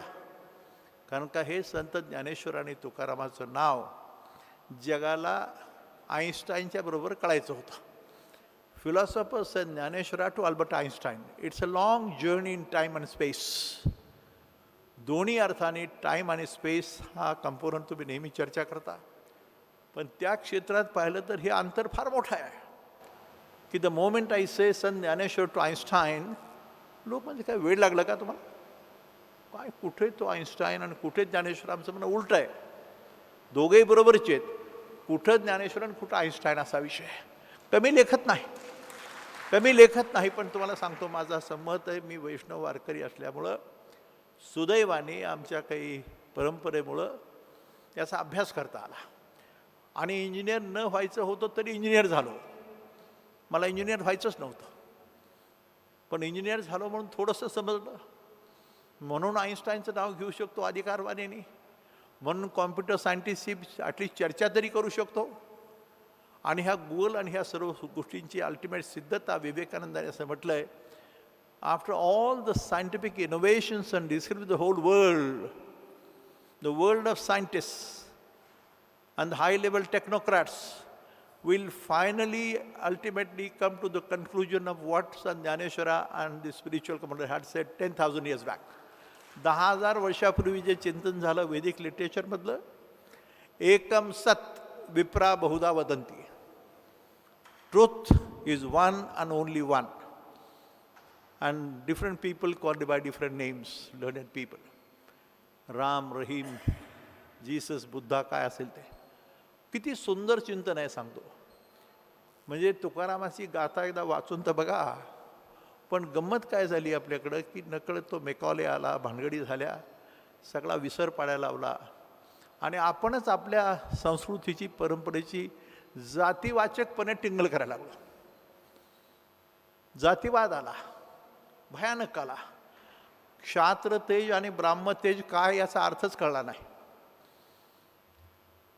मला MIT काढली तेव्हा एकाने बापट नावाचे माझे मित्र होते, इन्स्टिट्यूट ऑफ इंजिनियर्सचे चेअरमन. तर ते इन्स्पेक्शनला आले होते आणि MIT नवीन होती, छोटी बिल्डिंग होती. तर बापटाने मला विचारलं, म्हणले कारण तुमच्यावर एक आरोप आहे फार मोठा. म्हणलं काय चुकलं भाऊ? ते म्हणले लोक असं म्हणतात, म्हणजे समाज, की विश्वनाथ कराडाने ही संस्था ब्राह्मणांच्या करता काढली. त्यांना माहीत आहे की जातीवाचक पाहिलं तर मी तसा ब्राह्मण नाही, मी आहे तो आहे. पण त्यांनी डायरेक्ट विचारलं लोकांच्या समोर की कराड तुमच्यावर चार्ज आहे की तुम्ही ही संस्था ब्राह्मणांच्या करती काढली. तर मी बापटांना अजून मला आठवतं 40 वर्ष झाली की बापटसाहेब ब्राह्मण शब्दाचा अर्थ तुम्हाला माहीत आहे का? पंडितजी सांगतील. त्याला मोठा अर्थ आहे. जो ब्रह्म जाणतो तो ब्राह्मण, एवढी एक छोटी व्याख्या कळते. पण त्याच्या पुढची व्याख्या आहे. पंडितजी सांगा काय ते? आग्रतस्य चतुर्वेदा पृष्ठतस्य धनुर्भाता. त्यांनी म्हणलं ज्याच्या जिभेवर 4 वेद मुखोद्गत आहेत असा सर्वात ज्ञानीतला सर्वश्रेष्ठ ज्ञानी आणि ज्याच्या पाठीवर धनुष्यबाणांचा भाता आहे. क्षात्र तेज आणि ब्राह्म तेज जिथे एकत्र वास करतं तो ब्राह्मण. कोणी ब्राह्मण होऊ शकत नाही. फार मोठं चिंतन आहे. आणि हे जेव्हा बोलल्यानंतर बापट माझ्या हातात ते मोठे होते, पण तरी नमस्कार केला. मी म्हणलं नमस्कार करू नका, आपण दोघेही समजून घेऊ. म्हणलं खरंच या संस्थेतून बाहेर पडणारा प्रत्येक विद्यार्थी क्षात्र तेज आणि ब्राह्म तेजाचं प्रतिरूप असावं, ही भारतीय संस्कृती आहे. भारतीय संस्कृती, परंपरा आणि तत्त्वज्ञान हे 3 शब्द असे वापरलेत. मी लिहून ठेवा की माझं असं मत आहे की तुम्ही सगळेजण या बाबतीमध्ये तुमचं चिंतन व्यवस्थित मांडायचं करून आम्हाला द्या. आमच्या ज्ञानात भर पडेल आणि I will feel highly educated and more learned, more wise in making a presentation. खरं तो हेतू आहे. या लहानशा सभागृहामध्ये अशा प्रकारचं ज्ञानेश्वराच्या सभागृहात चिंतन व्हावं, आत्मचिंतन व्हावं. विशेष करून वेद उपनिषदांचा उल्लेख भटकर सरांनी जो केला ते समजून घ्या, ज्ञानेश्वरी समजून घ्या आणि आईन्स्टाईनने समजून घ्या. सगळं प्रेझेंट गुगल समजून घ्या, सर्व समजून घ्या. काय गंमत आहे, क्लिक आणि संपूर्ण जगाला कम्युनिकेशन. मग तुकाराम महाराजांनी म्हटलं अणुरेणू थोकडान तुका आकाशा एवढा. I am the smallest of the smallest particle of the universe. पण कसा? विश्वाला व्यापून टाकणारा तो मी, गॉड पार्टिकल. जी भाषा आपण हिग्स बोझॉन पार्टिकलची बोलतो, जी भाषा गॉड पार्टिकल नावाने एमर्ज झाली आता, ह्याच्यात तर काही राहिलं नाही शिल्लक. गॉड पार्टिकल हा शब्द काही नवीन नाही राहिला आपल्याकरता, जगाकरता. नव्या पिढीलाही कळतं. माझे विद्यार्थी बसलेत काही पाठीमागं. पण हे समजून घ्या आणि याला अंधश्रद्धा म्हणू नका. याला तुम्ही अंधश्रद्धा ब्रँड करू नका. त्याला एवढा काही एक हेतू आहे आणि संपूर्ण जगाच्या समोर विश्वगुरूच्या नात्यामधून, त्या स्वरूपामधून भारत एमर्ज होणार याच्यात माझ्या मनात शंका नाही. भटकरसारखी माणसं, मशाळकरसारखी माणसं, तुमच्यातले विद्वान, आमचे योगी अमरनाथजी, पंडित वसंत गाडगीळजी यांच्यात जर संवाद नीटपणे झाला आणि ट्युनिंग व्हायला पाहिजे. ट्युनिंग व्हायला पाहिजे. मलाच कळलं असं मी म्हणणं बरोबर नाही. समजून तर घे, बोल तर खरं. परिचय होणं वेगळं आणि आत्मिक भेट होणं वेगळं. परिचय झाला हो, पण ओळखच होत नाही. कशाची? त्या विषयाची ओळख होत नाही. आणि विषयाची ओळख नसताना मी अधिकारवाने म्हणत की नाही मी म्हणतो तेच खरं. अरे असं नाही बाबा, जगात आपल्यापेक्षा खूप मोठी माणसं आहेत, विद्वान आहेत, बुद्धिमान आहेत, चारित्र्यवान आहेत, गुणवान आहेत. आणि सद्गुणांची पूजा हीच ईश्वर पूजा म्हटलं आहे. ईश्वर काय हो? जीससपासून सुरुवात करा, बुद्धापासून सुरू करा, मारुती असेल, हनुमान असेल, देवी असेल, काय नाव असतील, हे सद्गुणांचे कुणीतरी पुतळे होते ना. सद्गुणांचं स्वरूप आहे आणि त्या सद्गुणांची पूजा होते. वारकरी आला तर पाया पडतो, टाटा बिर्ला आला तर नमस्कार करतो आपण. फरक आहे. खूप श्रीमंत आहेत मोठे, परंतु त्यांनी सोन्याचा महाल बांधला आळंदीमध्ये, त्याला तीर्थक्षेत्र नाही म्हणत. त्याला भटकरानेच बोललेत आणि मशळकरांचं दोघांच्या याच्यामध्ये, now the time has come to transform the pilgrim centres of India and the world into knowledge centres of India and the world. ही ज्ञानतीर्थक्षेत्र आहेत. ही भाषा या थोर शास्त्रज्ञांच्या लक्षात ठेवा. आणि त्याच्याकरता ही छोटीशी पण ही राऊंड टेबल कॉन्फरन्स की आत्मपरीक्षण आहे, चिंतन आहे, with a scientific vision and understanding. पाहणं, अनुभवणं महत्त्वाचं आहे. तो डोम जो आहे तो स्पिरिच्युअली ओरिएंटेड सायंटिफिक लॅबोरेटरी असं मगाशी म्हटलं भटकर सरांनी सुद्धा. याच्या पाठीमागं फार मोठा संदेश आहे आणि ते घडलं आहे. इथं आळंदीच्या शेजारी, आळंदी देऊच्या लगत, पुणे शहराच्या विद्येच्या माहेरघरामध्ये असं काही एमर्जन्स होतं आहे. कारण काही विवेकानंदांचं स्वप्न साकार करण्यासाठीचा हा खटाटोपा, हा प्रयत्न आहे. मी आपल्या सर्वांचे आभार मानतो, आमच्या स्वामीजींचे, सरांचे. तुम्हाला धन्यवाद देतो आणि थांबतो. रामकृष्ण हरी. ठीक आहे.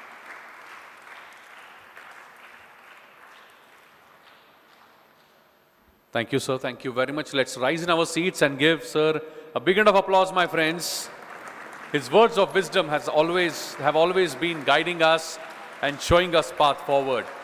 Thank you, sir. Thank you very much for being there always. And with this, we are coming towards the end of this inaugural session. But before we conclude, I would like to request the professor of MIT School of Consciousness and Ultimate Reality at MIT-WPU University, Dr. Suman Kaul, Madam, to propose vote of thanks.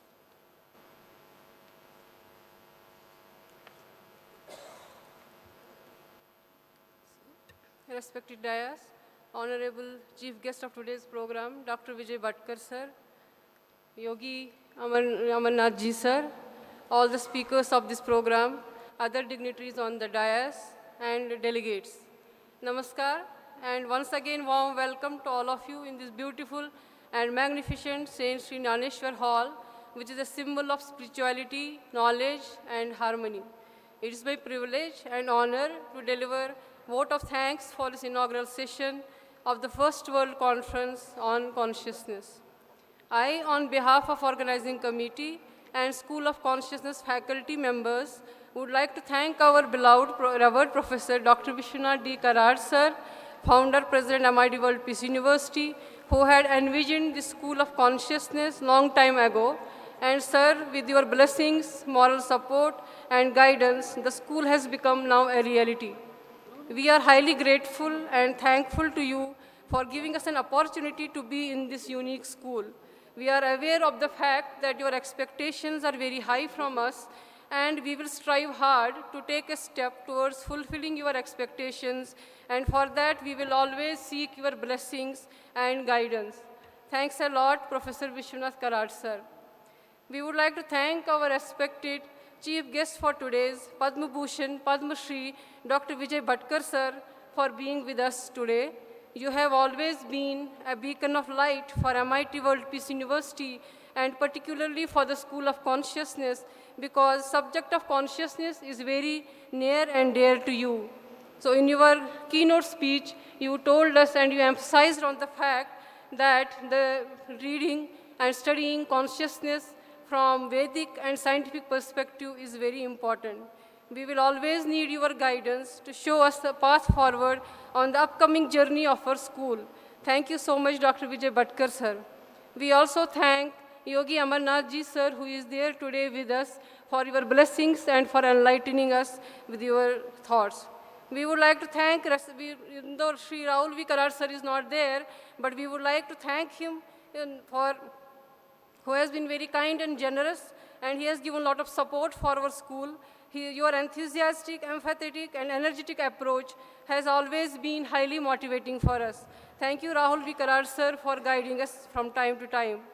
We would like to thank our Vice Chancellor, respected Dr. Ravi Kumar Chitnis sir, for your support from time to time. We would also like to thank our Pro Vice Chancellor, Dr. Milind Pandey sir, who has worked a lot in the background to help us in organizing this conference. We would like to thank Professor Dr. Jayant Khandare sir, Director School of Consciousness, for your continuous support and also for introducing me and my faculty colleagues to this School of Conscience, which is a unique School of Consciousness in this esteemed organization. Thank you, Dr. Jain sir. We would also like to thank Dr. Deepak Ranade sir for your continuous support and involvement in the School of Consciousness. We would like to thank you for your great support because you have enlisted the majority of speakers in this conference who are going to participate in the event and make this event a grand success. Thanks, Dr. Ranade sir.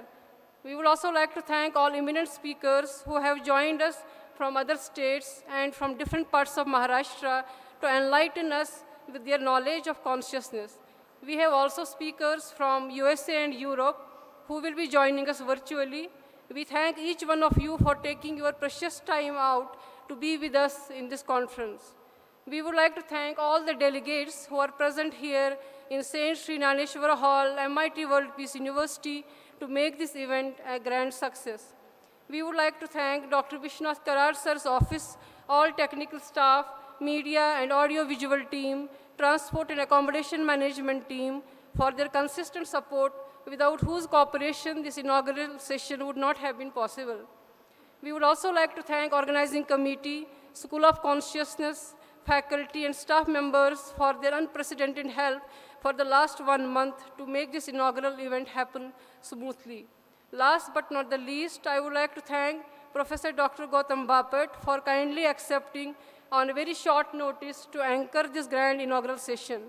Thanks once again to all of you, and I wish this two-day event a great success, and I hope each and every one of us will enjoy the deliberations that are going to happen during this First World Conference on Consciousness. Thanks to all once again. Jai Hind, Jai Bharat. Thank you. Thank you very much, Dr. Suman Kaul, madam. And with this,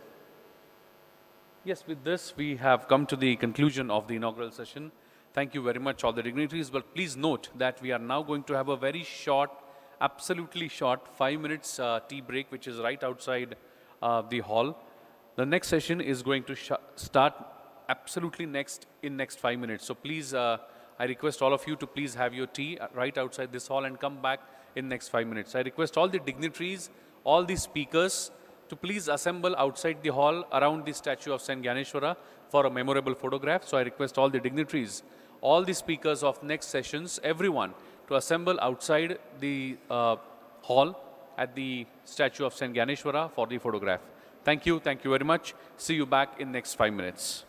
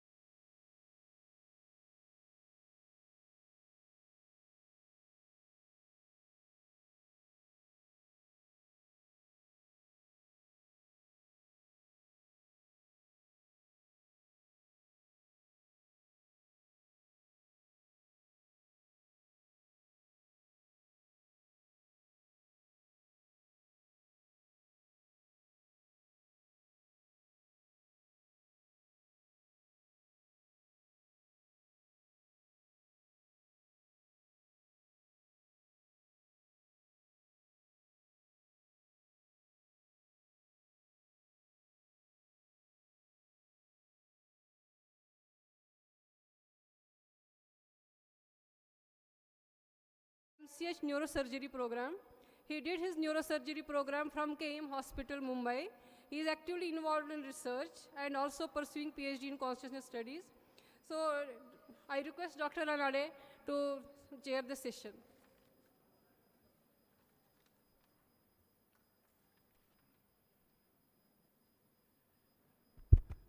Friends, welcome for this first session.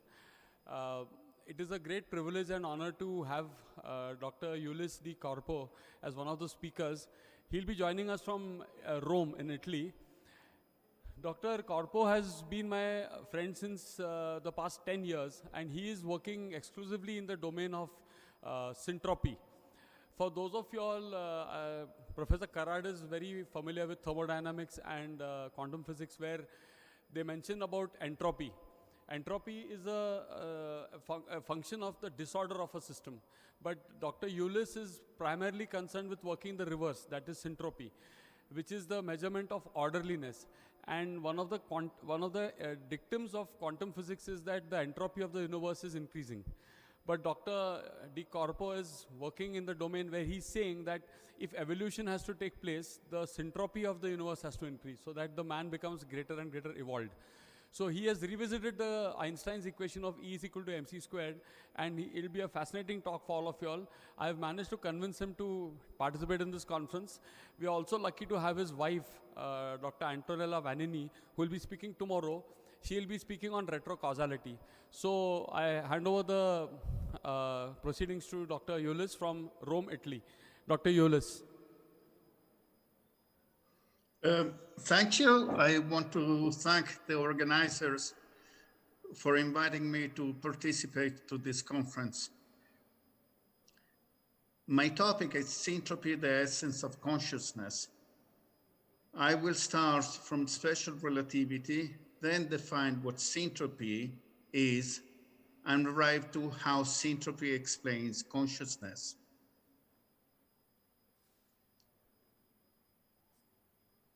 As everyone knows, we attribute the equation E equal mc squared to Albert Einstein, but few know that this equation had already been published in 1819 by Oliver Hafside, in 1900 by Henry Poincaré, and in 1903 by Olinto de Pretto.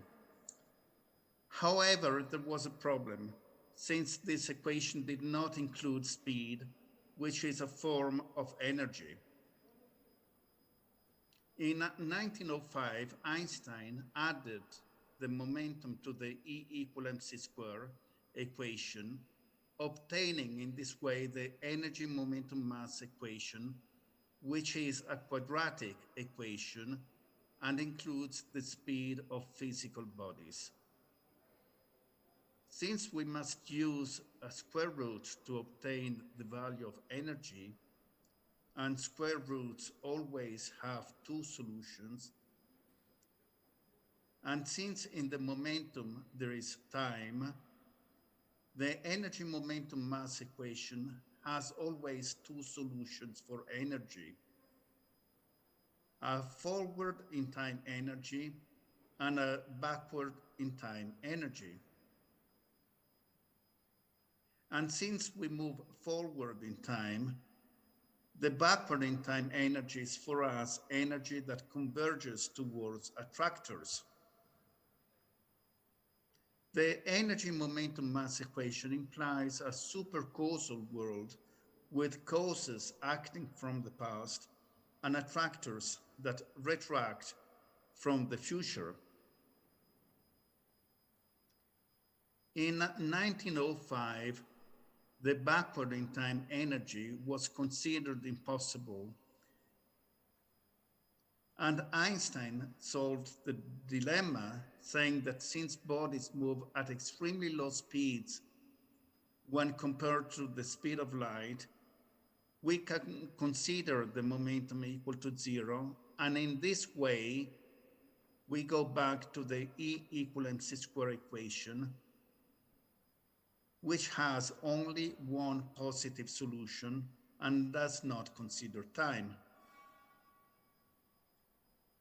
But in quantum mechanics, the spin of electrons, that is the rotation of electrons, is very fast and nears the speed of light. Consequently, the momentum cannot be considered equal to zero, and the energy momentum mass equations must be used with its convenient backward in time solution. For this reason, in quantum mechanics, we have forward in time waves and backward in time waves. We also have particles which are determined by the past and waves which are probabilistic and governed by future attractors. In 1941, Luigi Fantapié, one of the foremost mathematicians of the time, to the point that in 1950, Oppenheimer invited him to the Institute of Advanced Study in Princeton to work directly with Einstein, listing the mathematical properties of the forward and backward in time energy solution. Fantapié discovered that the forward in time energy diverges from causes and is governed by the law of entropy, whereas the backward in time energy converges towards attractors and is governed by a law that Fantapié named Synthropy, from the Greek words syn, which means converging, and tropos, which means tendency. The properties of syntropy are energy concentration, increase in differentiation, structure, and complexity, which are the properties of life.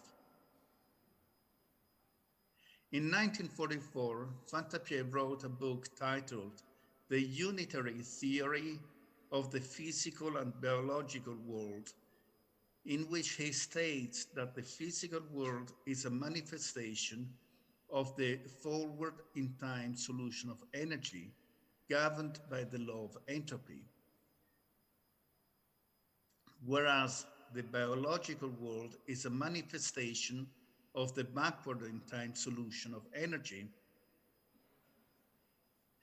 Fantapié suggests that life is caused by attractors, which are in the future, and that life is finalized, is future-oriented.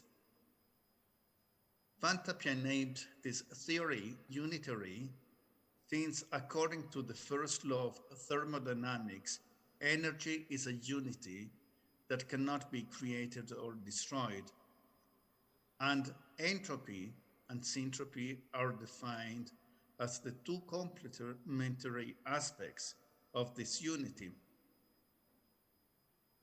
So we have a duality based on entropy and syntropy, and a unity given by the fact that energy is a unity. Entropy and syntropy are the complementary manifestations of the same unity. It is important to note that the entropic world is visible since it depends on causes placed in the past, whereas the syntropic world is invisible since it depends on attractors which are placed in the future, and we cannot see the future. Feynman and Fantapié described entropic causes as emitters and syntropic attractors as absorbers. According to Fantapié, living systems are syntropic and therefore they are energy absorbers. This is consistent with the fact that nearly all the energy that we use derives from biological masses, such as wood, coal, petrol, gas, and biofuels. The distinction between absorbers and emitters provides an interesting insight into one of the basic properties of life, the feeling of life. According to Antonio Damasio, the background feeling, which is equivalent of the feeling of life, is the fundamental element of consciousness and life. This background feeling would be a consequence of the property of absorbing energy and would be the essence of life itself, the feeling of life. If this is correct, it follows that the feeling of life, which is here considered at the basis of consciousness, is a manifestation of the backward in time energy solution and of the future. The equivalence feeling of life equal energy absorption leads to the assumption that systems based on the positive energy solution, that is, systems which are physical and entropic, as for example machines and computers,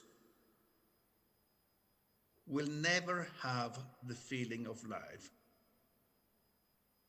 independently from their complexity. On the contrary, systems based on the backward in time energy solution, that is Synthropy, for example, life itself, should always have a feeling of life independently from their complexity. This model describes a supercausal reality made of entropic visible side and a syntropic invisible side. We can know the entropic side thanks to our 5 physical senses, whereas we can feel the syntropic side of reality through the feeling of life and feelings in general. Since syntropy is converging energy, when we are heading towards the tractor that emanates syntropic energy, we feel warmth and well-being in the autonomic nervous system that supports life functions. On the contrary, when we diverge from the attractor, we feel emptiness, void, and suffering. These feelings of well-being and suffering work as the needle of a compass. When we feel well-being and warmth, it means that we're going in the right direction. On the contrary, when we feel emptiness, void, and suffering, it means that we are going in the wrong direction, and we must correct our path.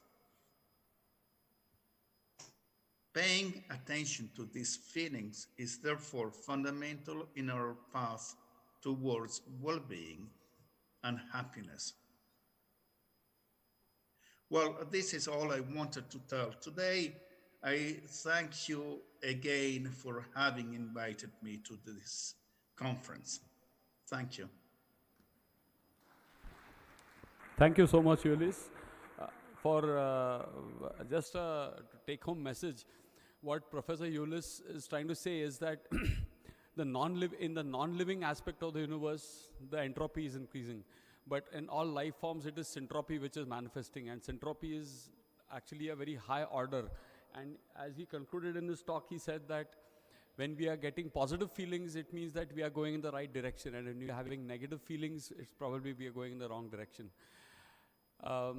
For any questions or any doubts about his talk, I have his personal email address with me. So anyone who has any questions that are addressed to Dr. DeCorpo, you can please contact me. I'll share his email address with you all. The next speaker on our list is Professor Alex Hankey. I'd request Professor Alex Hankey to give a brief introduction. He doesn't like too many introductions, but he's a scholar. I call him as a modern day Rishi.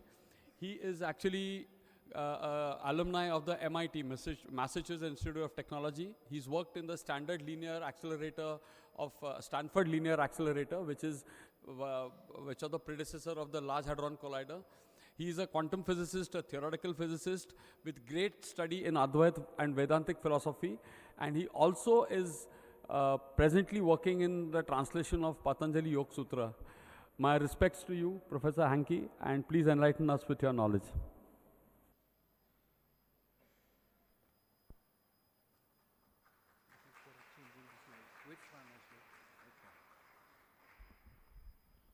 Namaskar.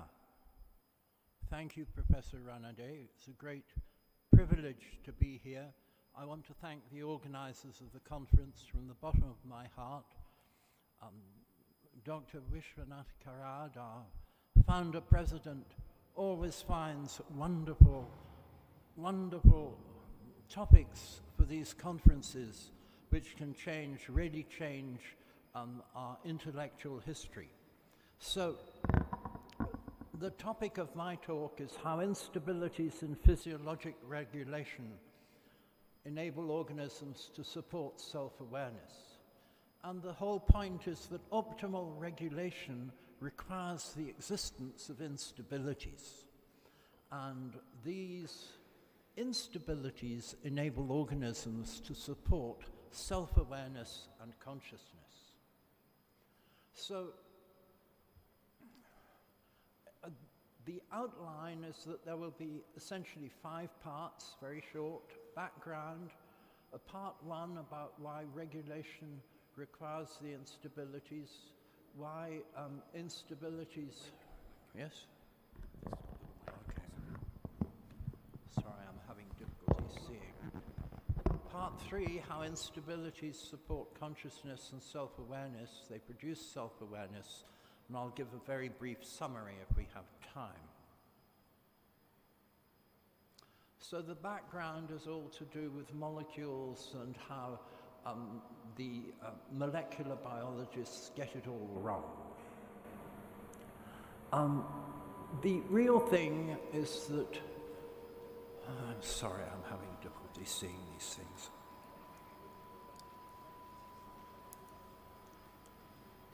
Most scientists still think that life is only complex chemical molecules and that mere molecules cannot support self-awareness. They conclude that consciousness therefore cannot be explored scientifically.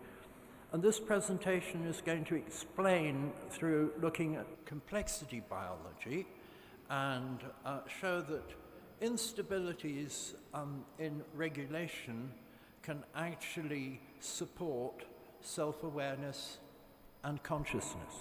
Consciousness and self-awareness, most of us would think are pretty much identical, but you have to be fairly careful in discussing these things.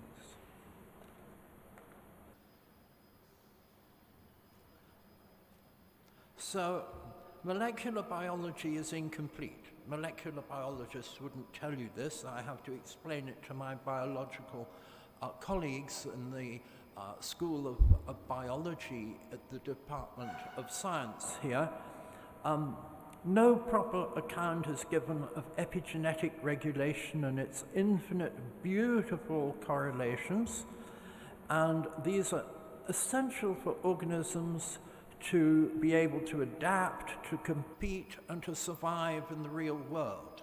The problem is that biologists only grow organisms in test tubes, so they never think about what happens in the real world unless they're ecologists, like, say, Dr. Sanjay Deshmukh.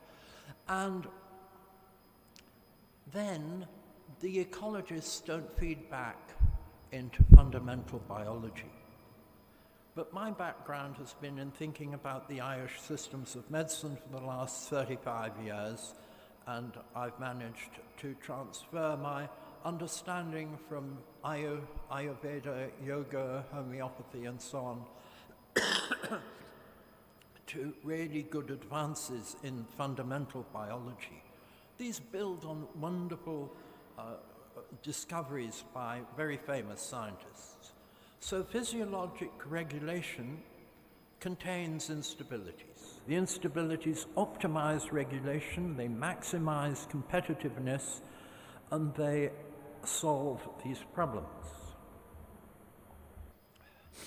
So regulation utilizes instabilities because they optimize regulation to external demands. Optimizing regulation maximizes competitiveness, and the most competitive organisms naturally rise to the top and they outcompete everyone else. So every single organism today possesses the key properties that maximize competitiveness. This is, it's just ordinary logic and very reasonable. I don't have to give you technical details to understand it. The key scientist in this is the famous Stuart Kauffman, who wrote his famous book, At Home in the Universe, and he produced an extraordinarily wonderful theory of epigenetic regulation of a holistic kind back in the 1960s as a graduate student from Stanford. And he's a doctor, but the man whose class he was attending at the time was so furious that he spent his nights on computer, that he made him bottom of the class. He is now, of course, a Nobel Prize candidate for his amazing work. And what happens in this particular subject is that when you give an organism a sequence of identical stimuli, you don't get a series of identical responses. They're all very different from each other, and they obey a very special kind of distribution, statistical distribution. The statistical distribution is called a fractal 1/f distribution. Don't worry about what that means, but it is characteristic of the subject in which I happened, by Guru Kripa, to do my own PhD research. It's characteristic of critical instabilities in a subject called phase transitions. So, a very famous scientist who comes next, Per Bak, unfortunately passed away. The late Per Bak showed that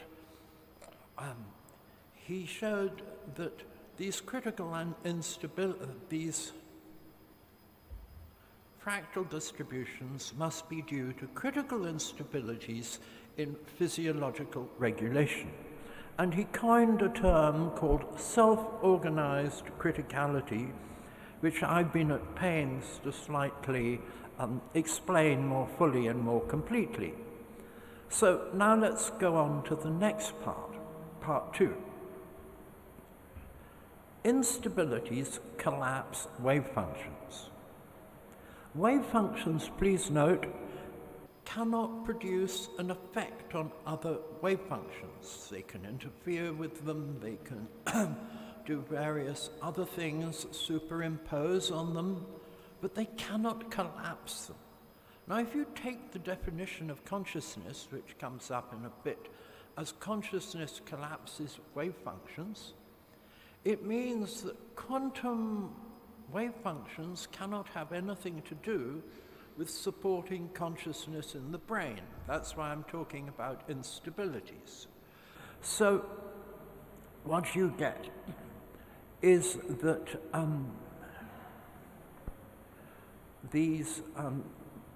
you look at pure consciousness and quantum wave functions, and then you look at the things which come later and how they cause stability, quantum fields. So my favorite physicists are the people who worked out quantum mechanics, Niels Bohr on the left, Werner Heisenberg on the right, and John von Neumann, who wrote his famous book, The Mathematical Foundations of Quantum Mechanics, in which he explicitly stated the only choice is what Bohr and Heisenberg had realized. Consciousness collapses the wave function. But nobody at that point knew how. Now the key is this, it's instabilities. Materials, first line, materials are kept stable by quantum fields that stabilize them. This applies to all kinds of materials. When these quantum fields are removed, the material is no longer stabilized. It starts to undergo instability fluctuations. They're very, very famous. They were discovered by Johannes van der Waals in the 1860s, and they've been 150 years of really quite being well understood. But nobody realized that these things were happening in our physiology because they actually optimize response, these instabilities, they optimize response to external demands. But if the instabilities annihilate the stabilizing quantum fields, they reduce quantum wave packets, as we say, they collapse quantum wave functions, they become candidates for the place to put consciousness. So consciousness, according to this understanding, occurs at the instabilities in biological regulation. And it turns out that that's just the right place for them to do all their good work in allowing us to move our muscles, speak our speech, sit down at the end and revert to silence. So if we postulate that consciousness is present at an instability, then such a consciousness will collapse wave functions. So the conclusion at the bottom of this slide is that organisms support consciousness. This is true for all organisms, even the fruit flies on your bananas and the amoeba in the puddles. They all satisfy this, and they all seem to support some kind of intelligence. Organisms support consciousness at instabilities in regulation. And now, just a little bit about self-awareness. Instabilities can be shown to contain an infinitesimal loop of information, and the example I gave for that is the Reynolds number, as it's called in fluid flow at the onset of turbulence, where you get a tiny infinitesimal loop of fluid flow. And you can look at the flow of smoke from a joss stick, what's it called?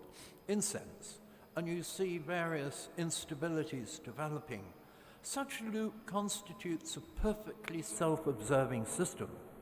Now, information flows, you know, from the observed. You're looking at me, and the information from the light flows to your eyes, and you say, I'm looking at Alex. I sympathize. And it flows, therefore, from the known to the knower. Each of us is a knower of knowledge, and if we're lucky, a good level of gyan too. And the flow of information is a process of knowing. So in the infinitesimal loop of information, the knower, the process of knowing, and the known become one. And this is what Vedanta tells us, and you find it really in the understanding of Chaturtham in the Mandukya Upanishad. So, as a summary, physiological regulation is centered on instabilities. Instabilities collapse quantum wave functions, and consciousness or self-awareness is supported by the instabilities. So they cause quantum wave functions to collapse, and consciousness, self-awareness is supported by instabilities. Thank you so much. I look forward to questions.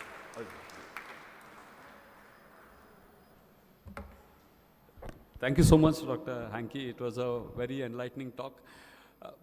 For those who are uninitiated, quantum physics talks of a very unique phenomenon where they talk of a quantum superposition. So that means the whole, it talks of infinite possibilities. And it is only when a conscious observer observes an event that the other possibilities, we call that as a collapse of the wave function, and what is observed is actually the event that happens. So that is a very unique take of quantum physics. And in fact, where Professor Hankey mentioned about the knower knowledge and the known being one, that is very beautifully described by one of our Sant Tukaram's Abhanga, where he says, Sandili Triputi. That Triputi is the trinity of the knowing, the knower, the known, and the process of knowing. And when these three are united, that is the state of realization. So thank you so much, Professor Hankey. If there are any questions that are there, I would request all of you all to please write it on the pad that has been given to me, and we'll address those questions at the end of the session. A big round of applause for Professor Hankey. I would just console all those who are attending this that there are certain terms and terminologies that are a little difficult to understand. But I assure you all that if you all take further interest in this particular domain, it is very, very fascinating, and it is really very beautiful. I now call upon the next speaker, Professor Dr. Swami Radhikananda Saraswati. She's a spiritual leader initiated into Siddha Yoga by Swami Muktananda, and she started her own Swami Umananda. She studied under her guru, Swami Umananda, under whom she studied Kundalini Yoga. She's opened a Siddha Yoga ashram in Pune in 1987. She's published numerous books on the subject and has a PhD in a thesis which is called Comprehension of God, which is a very interesting subject. She regularly teaches discourses on various aspects of Kundalini Yoga meditation. Dr. Radhikananda Saraswati is going to talk today on universal consciousness and ultimate reality. Dr. Swami Yogananda. Swami Radhikananda Saraswati, a big.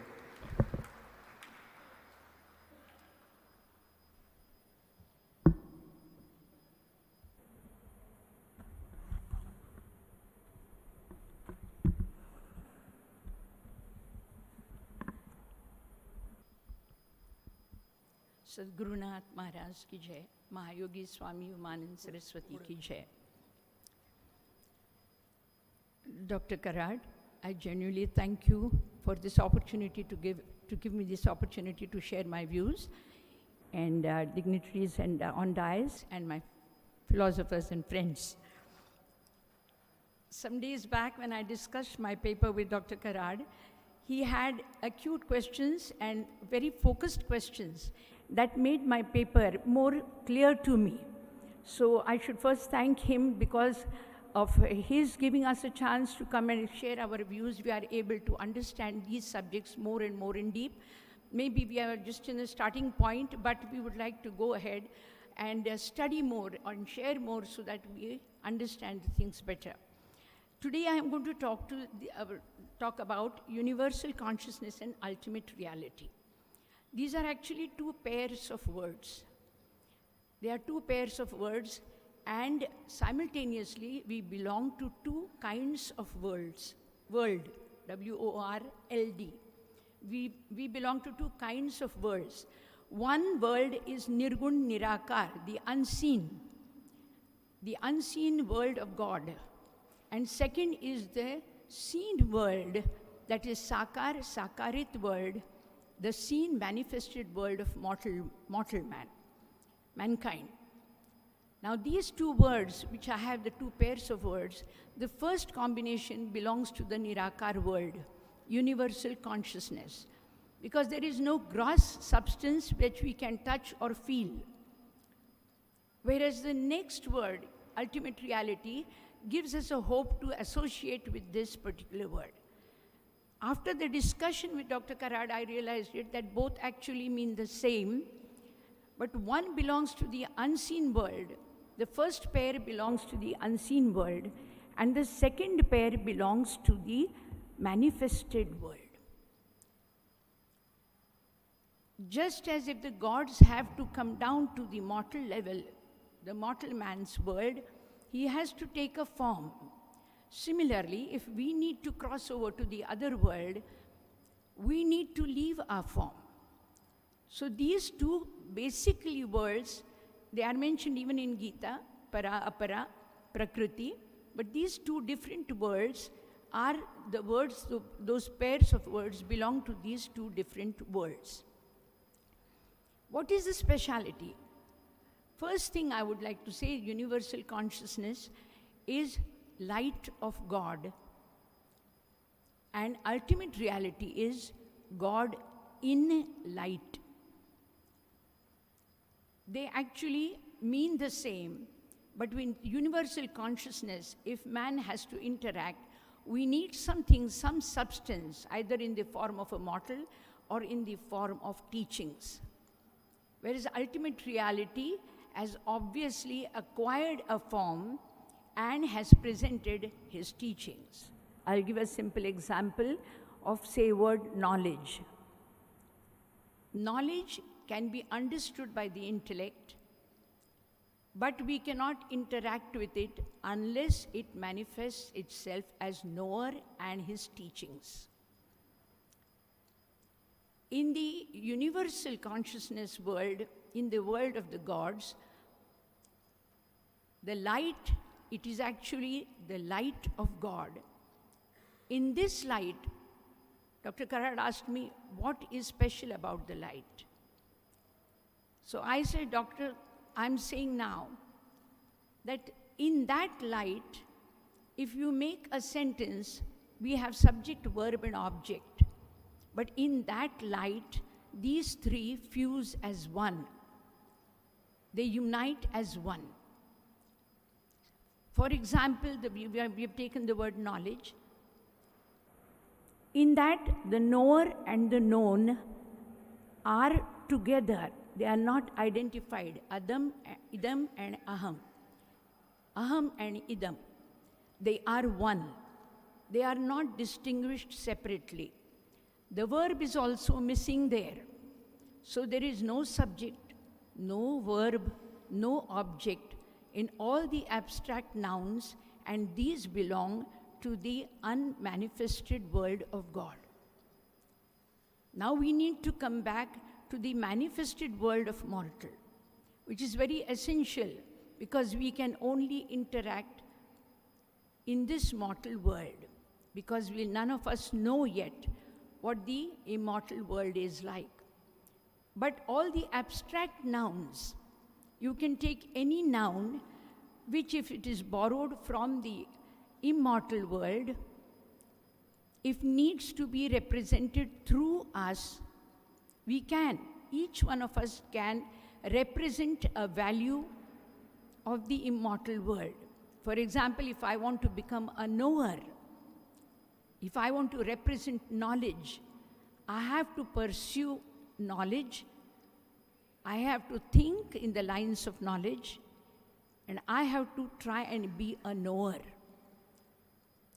Similarly, anyone who would like to represent any one of the virtues, may there be valor. Yes, valor. Today we can talk about valor being represented through Shivaji Maharaj of Maharashtra. We can talk about valor being represented by Indra in Vedic times. So all these words, when they have to manifest, they have to take a form and the quality of that particular abstract noun which we are talking about. So I try and take this universal consciousness. We will right now, for the time of being, for easier understanding, we will drop out the words universal and ultimate, because consciousness and reality are the two words which will give us a leading understanding. When you go to the word consciousness, it is light. If I would like to represent consciousness in the world, then I have to first of all, or if consciousness has to manifest itself through me, the light of God, it has to manifest through any one of us, through me, then as I said, I have to be conscious, continuously be aware of this consciousness in me. I have to pursue it, live by the conscience, so that someday the people will realize that here is probably a woman of conscience. So this manifestation of any abstract noun, in abstract noun, The subject, verb, and object are together. Whereas in the mortal world, they three are identified separately. Now, if we are asked, would you like to represent any particular value which belongs to the universal immortal world? Yes, we would like to. All those saints, seekers, known gods, manifested gods, have held up some beautiful virtues. Dr. Karad talked about we are worshipping the qualities of people. Exactly, that is what I'm saying, that when they need to be manifested, those virtues need to be manifested. Is there anything particular given to us in order to, if I wish to manifest through me valor, if I need to manifest, do I have anything in my hand? Yajurveda brings to our notice what is given to man as a list. In the form of a list, Yajurveda has noted down what is specially given to a man by God. Just as a mother gives birth to a child and hands over everything which she has in her, same way the universal Paramatma gives Jivatma a birth, handing over everything that is in Paramatma. Then how come we differ? We differ. We are very small compared to that. In Yajurveda, God says, you are not Dina. I have given you every quality which belongs to me. Then how does it present itself? We need to live by those. What are the three powers? Yajurveda calls them Teen Kamadhenu. Three wish-fulfilling powers. But for our easier understanding, I would like to say these three powers are Jnana Shakti.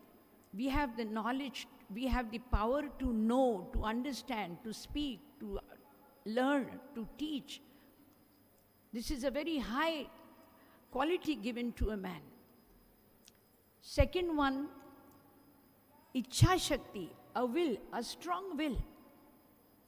Do you want to represent knowledge on earth? Yes, I want to. At what cost? At any cost. At any cost, I want to represent that. Do you want to represent affection? Yes, at any cost. Compassion, at any cost. If you wish to represent these values, then you have to have a will. You should be able to have the knowledge, which is a Jnana Shakti, of what word, which abstract noun would you like to present on earth. Third is the Kriya Shakti. It is not enough just to know about consciousness. It is not enough to just to wish that it appears through you or manifests through you, but it needs to you to develop an art of living by it, that is Kriya Shakti. These are called three Kamadhenu in Yajurveda. And the consciousness is called the light of God, which is given to mortal so that no darkness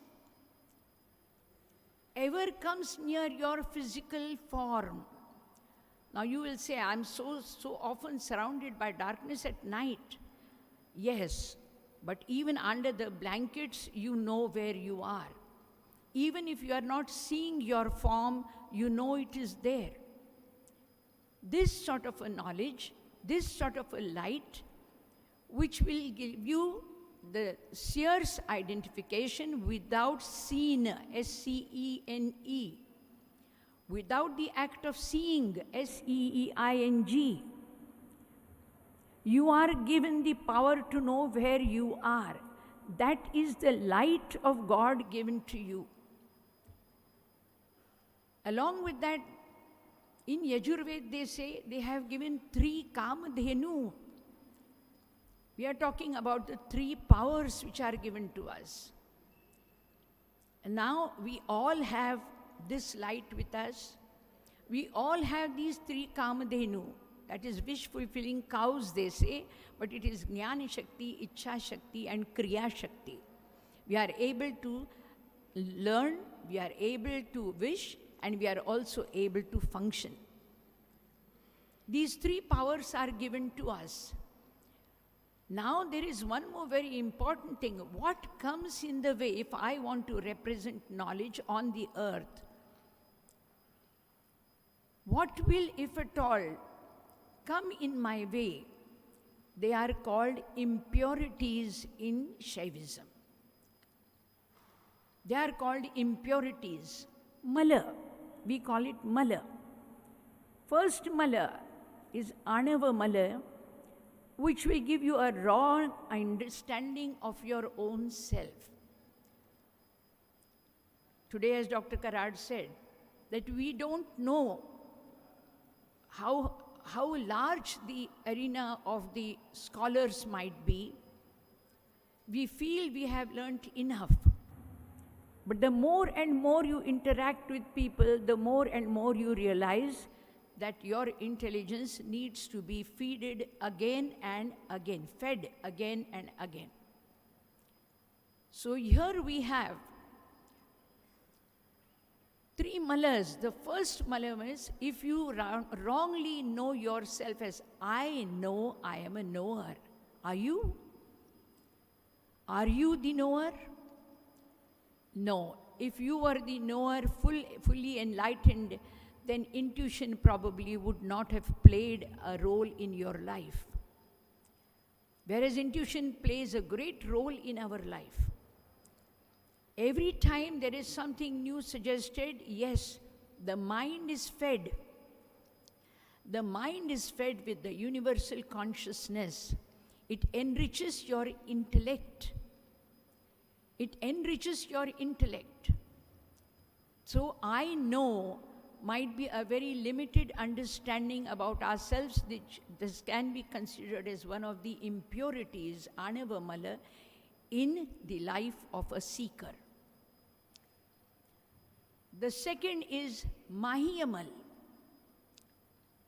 I have enough information about being the knowledgeable person. I possess enough information. Again, I would say this is a wrong identification, because the more and more people you interact with, you will realize that there are a lot of different aspects which are going to be fed to you, and you are going to understand. But the beautiful part of it is that you have a right choose to do your karma, that is, choose an abstract noun from the immortal world to present through you. Responsibility, sense of responsibility, yes. I would like to present, or I would like to be, like you call, ambassador of a country. Like that, I would like to be ambassador of, say, let's knowledge. I love the word knowledge. I have great passion for this subject, universal consciousness and ultimate reality. But this is what it is. When the consciousness has decided to manifest on earth, it needed a form. It cannot manifest on earth without a form. It has to take a form. It has to take a form of conscious person, a man with consciousness, and his particular way of presenting the consciousness. Therefore, all of us, we belong to two worlds. One world is Nirakar Nirgun, second is Sakarit world. If we need to be a part of the Nirakar, yes, don't worry, we are not talking about death now. We want to be a part of Nirakar world, but without dying. Yes, you can. How can you be a part of the Nirakar world? Decide to choose any one abstract noun, whether it is valor, whether it is light, whether it is kindness, compassion, Christ, compassion, very beautifully depicted today. All these qualities are there, and abstract noun, the world, immortal world, is full of abstract nouns. From the mortal world, we need to pick up any one. If you can pick up multiple tasking, if it's easier for you, and you pick up 10 qualities, nothing like it. For example, Sri Krishna's one objective was, what was his objective? I shall come on earth to reset or set right dharma.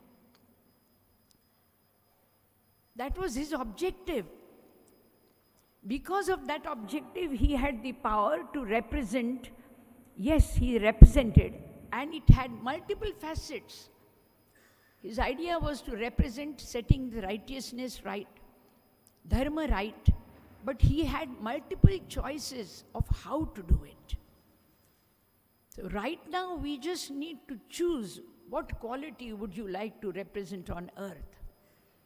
If it is universal consciousness, and if you live by conscience, you will be soon going towards the ultimate reality, that is, you will almost be very close to godliness. Godliness, yes, God and his godliness.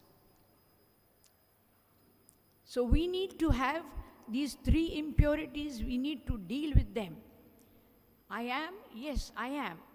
Are you a full-fledged, knowledgeable person? No. Are you enlightened? No. I would like to be enlightened. Yes, keep space, because the word enlightenment is a massive word. It's a large, huge word. We need to go across oceans and oceans to meet the actual state. But that is consciousness. If you want to represent any other value, any other quality, like we have the example of Christ, he represented compassion, forgiveness. Yes. I know the time is up, so I'll just enclose this. Can mortal be godly? Please choose any one good quality. Serve it dedicatedly. Hold on to that quality. Live by that quality. And you never know, you will be very close to whom we call God. Try and live by any one virtue, and try and know any one deity with one such virtue, because someday we all need to visit the other side of the world. We must have someone there familiar to us. May you call it Ganesh or Ram or Krishna or Jesus or Christ or Allah. So please, it's a great, I would like to thank Dr. Karad once again sincerely for allowing me to share my views. Not only that, he discussed the paper with me and made me more focused on my topic. Thank you, sir. Thank you, all of you.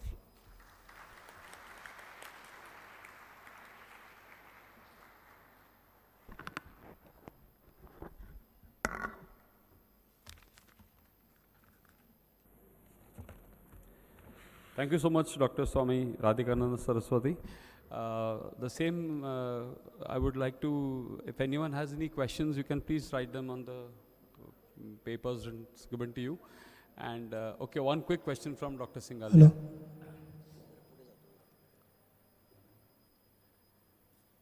Hello. I have one question with a very humble. You have made a statement that consciousness leads to the knowledge. And we have we know that it is criticized that by the intellectuals that all religions are male dominated, because all messengers from God, they are male. Now my question is, because of the immoral situation and say so many problems as said in Srimad Bhagavad Gita, after making lot of spiritual practices, even Gautam Buddha and Muhammad Paigambar and so on, they got knowledge. And they came out of that cave or that people tree and said, this is the knowledge. And it is known as a religion. So my question is, whether it is their person's knowledge, their subconscious minds gave it, or it is a God's message. Because when we feel it is a God message, then there is no deviation. It is ultimate. But if it is a person's manage, because you see there are differences in the knowledge of Gautam Buddha and Hazrat Muhammad Paigambar. Hazrat Muhammad Paigambar says there is a God and he controls everything. And Buddha says, I don't know. So my question is, consciousness leads to knowledge. It is the individual's knowledge or it is a God's message? Thank you.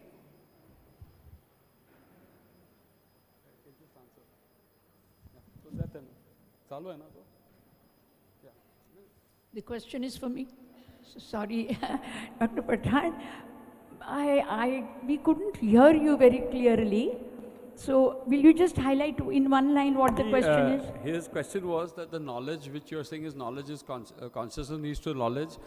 So all he wanted to know was whether the messages of the prophets like Muhammad Paigambar or Gautam Buddha, is this personal knowledge or is it God's knowledge? Okay.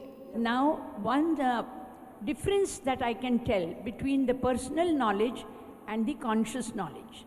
I'll give you the very clear-cut difference between that. Whenever we do something wrong, an inner voice obstructs us. Whenever we go to do something wrong, if we are going to cheat somebody or fight with somebody or criticize somebody, the one inner voice comes in and says, don't do it. But when you go to do something right, no inner conscience comes in and obstructs us. If whatever knowledge you present, if it is not interrupted by an inner voice, it means it is the voice of God.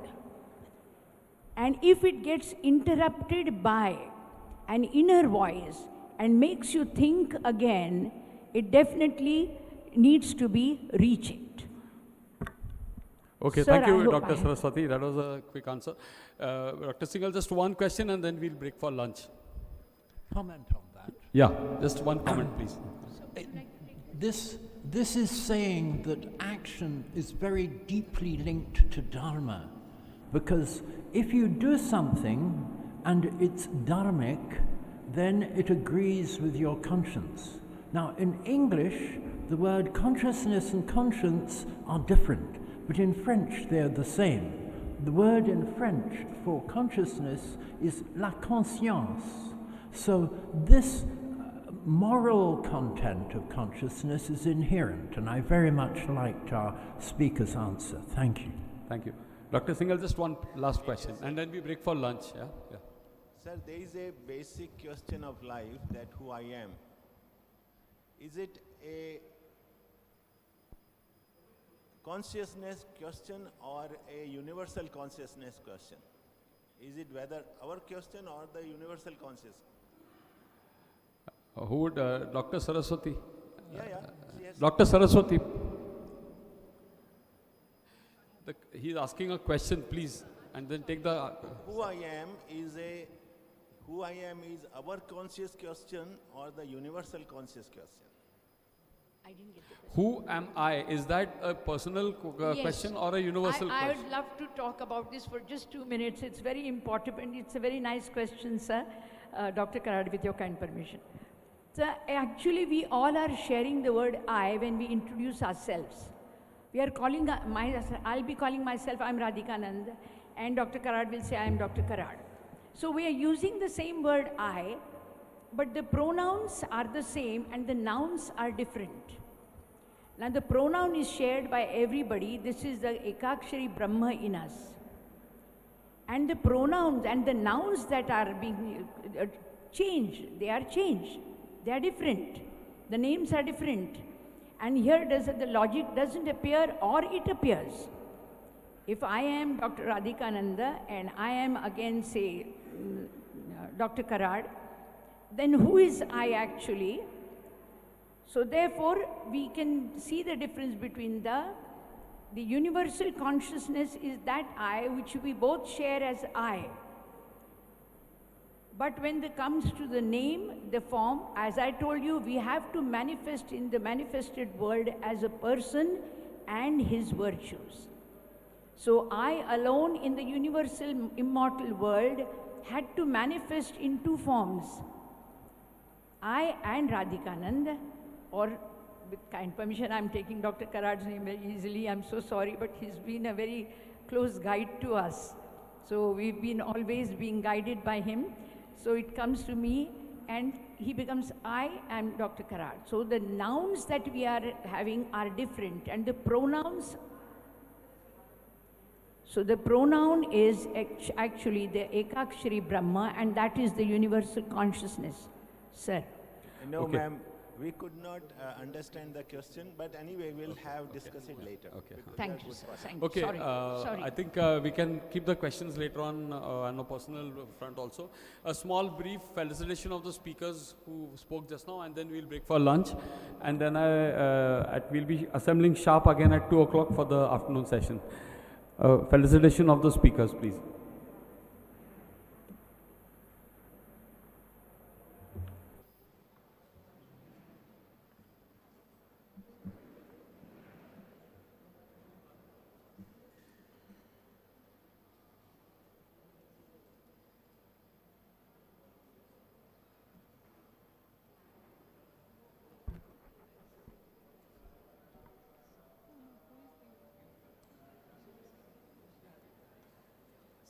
Dr. Deepak Ranade, chairperson of this session, is going to now hand over the mementos to all the speakers of this session. Dr. Alex Hankey.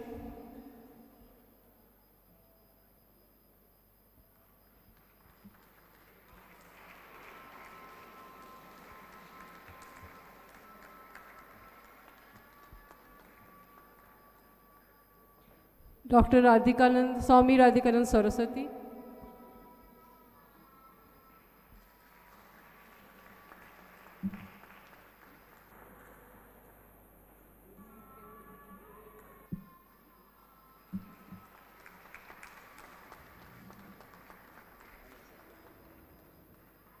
I would now like to request Professor Dr. Jayant Khandare to present a bouquet to the chairperson of this session, Dr. Deepak Ranade.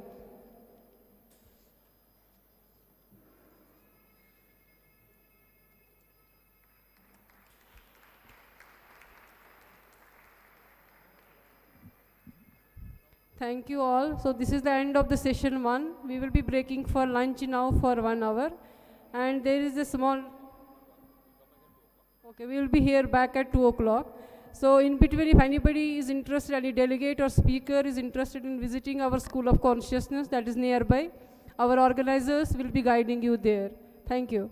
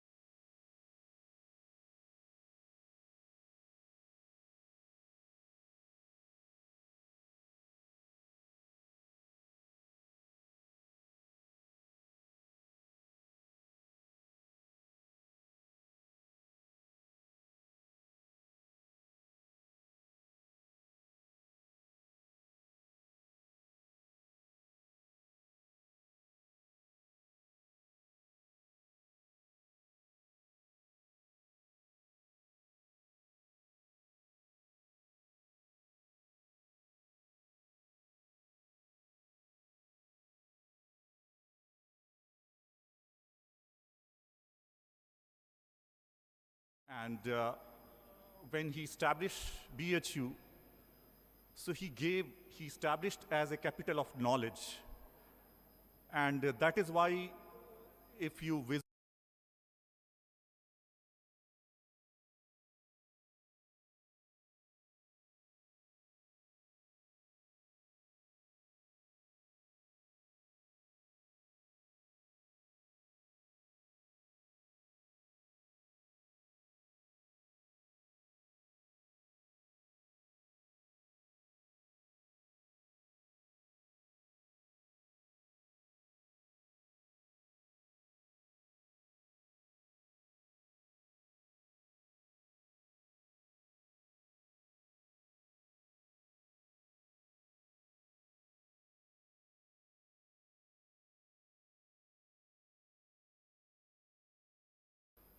of dream of some divine being, so you can realize some sort of divine feeling while visiting that campus.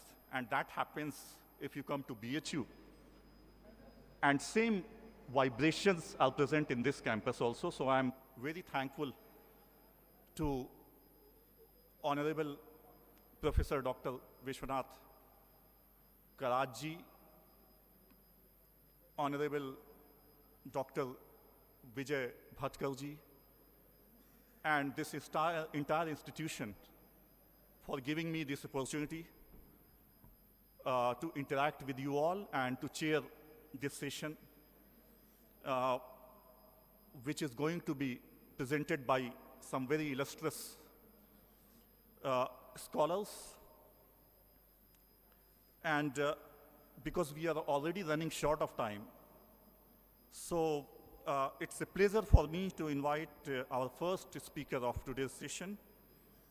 And first speaker is Dr. K. Raghu, who would make his presentation on mind and consciousness. Dr. Raghu is an experienced psychiatrist with 21 years of experience in the field.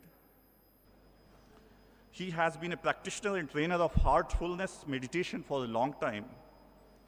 He's also Mridangam Vidwan State first rank holder and trained in Carnatic music. He has completed his MBBS from Bangalore Medical College and received his Doctor of Medicine in Psychiatry from National Institute of Health and Neurosciences, NIMHANS, in 1990. It is an immense pleasure for me to invite Dr. Raghu for his presentation. Doctor, please give a round of applause to welcome Dr. Raghu.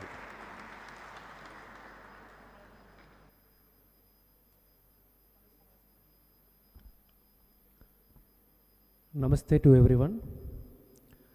Before I start the session, just salutations to all our gurus and the divine being, and also for the organizers here for giving an opportunity to make this presentation today. So the topic that I've been asked to cover today is on mind and consciousness. So I just want to kind of give you an introduction why we chose this particular topic and what is it that we are actually trying to present. Now we do read a lot of things about consciousness from the metaphysical perspective, and then few attempts have been made on and off to bring this metaphysical concept of the consciousness into something of a use in daily life.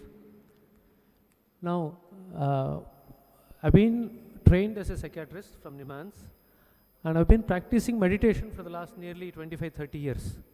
A particular type of meditation called as heartfulness meditation. So this idea came about in 2014. Why not use meditation as a part of various mental health disorders?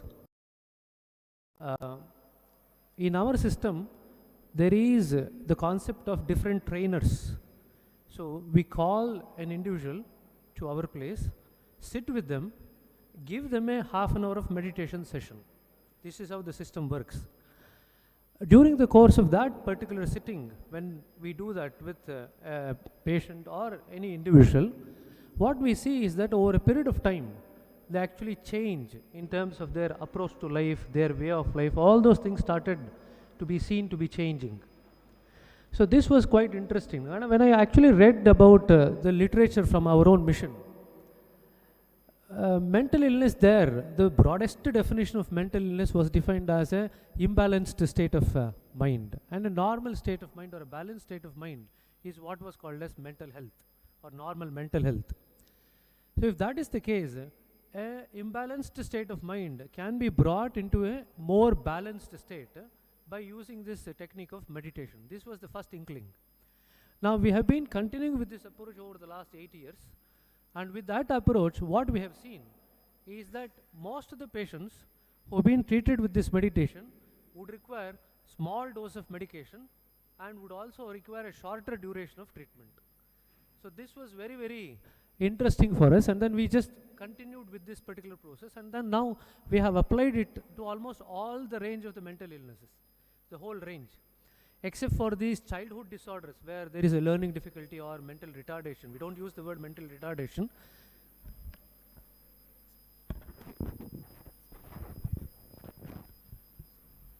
We don't use the word mental retardation.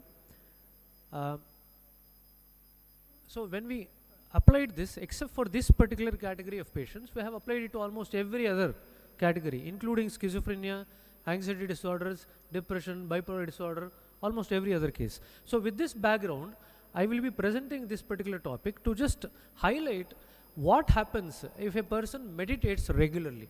Now I am not going to dwell into the many different types of meditation. There are nearly 250 types of meditation. So each one works differently. Each one works at a different level. People combine everything, yoga, pranayama, meditation, everything as one bunch.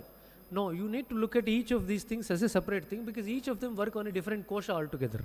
So with this background, I will start the presentation.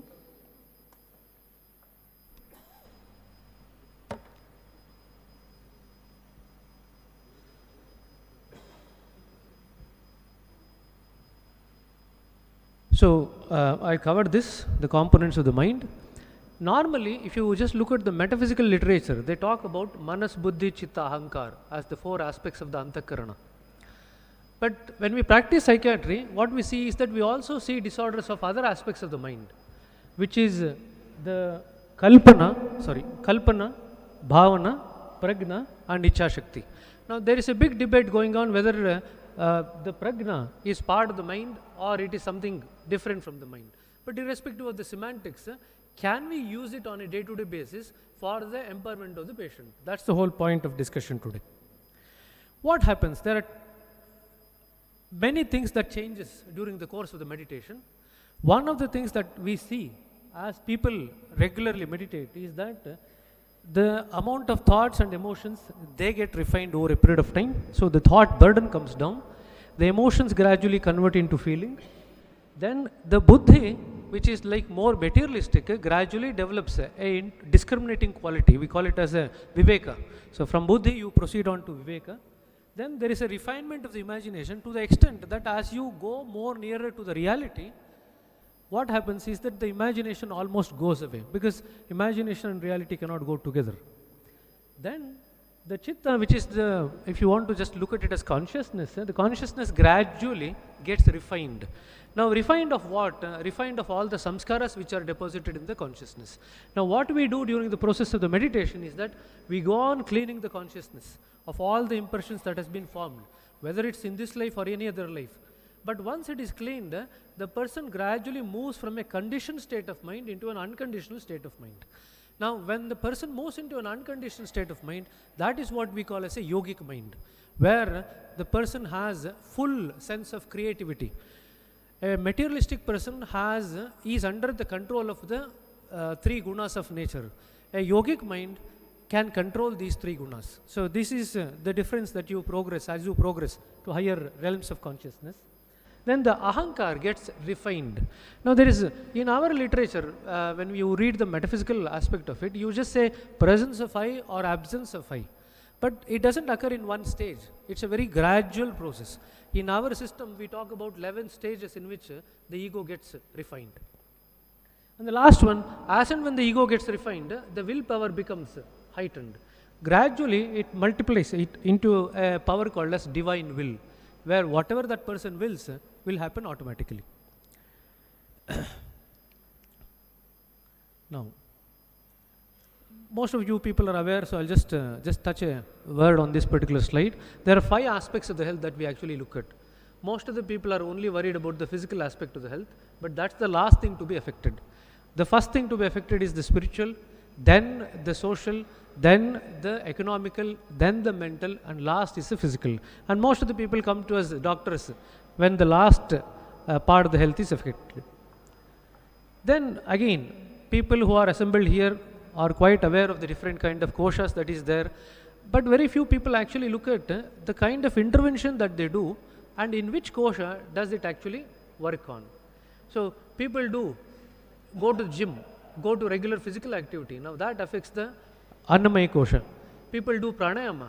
That affects the pranamaya kosha. If you do Reiki, if you do pranic healing, if you do acupuncture, if you do acupressure, all of these affects the pranamaya kosha.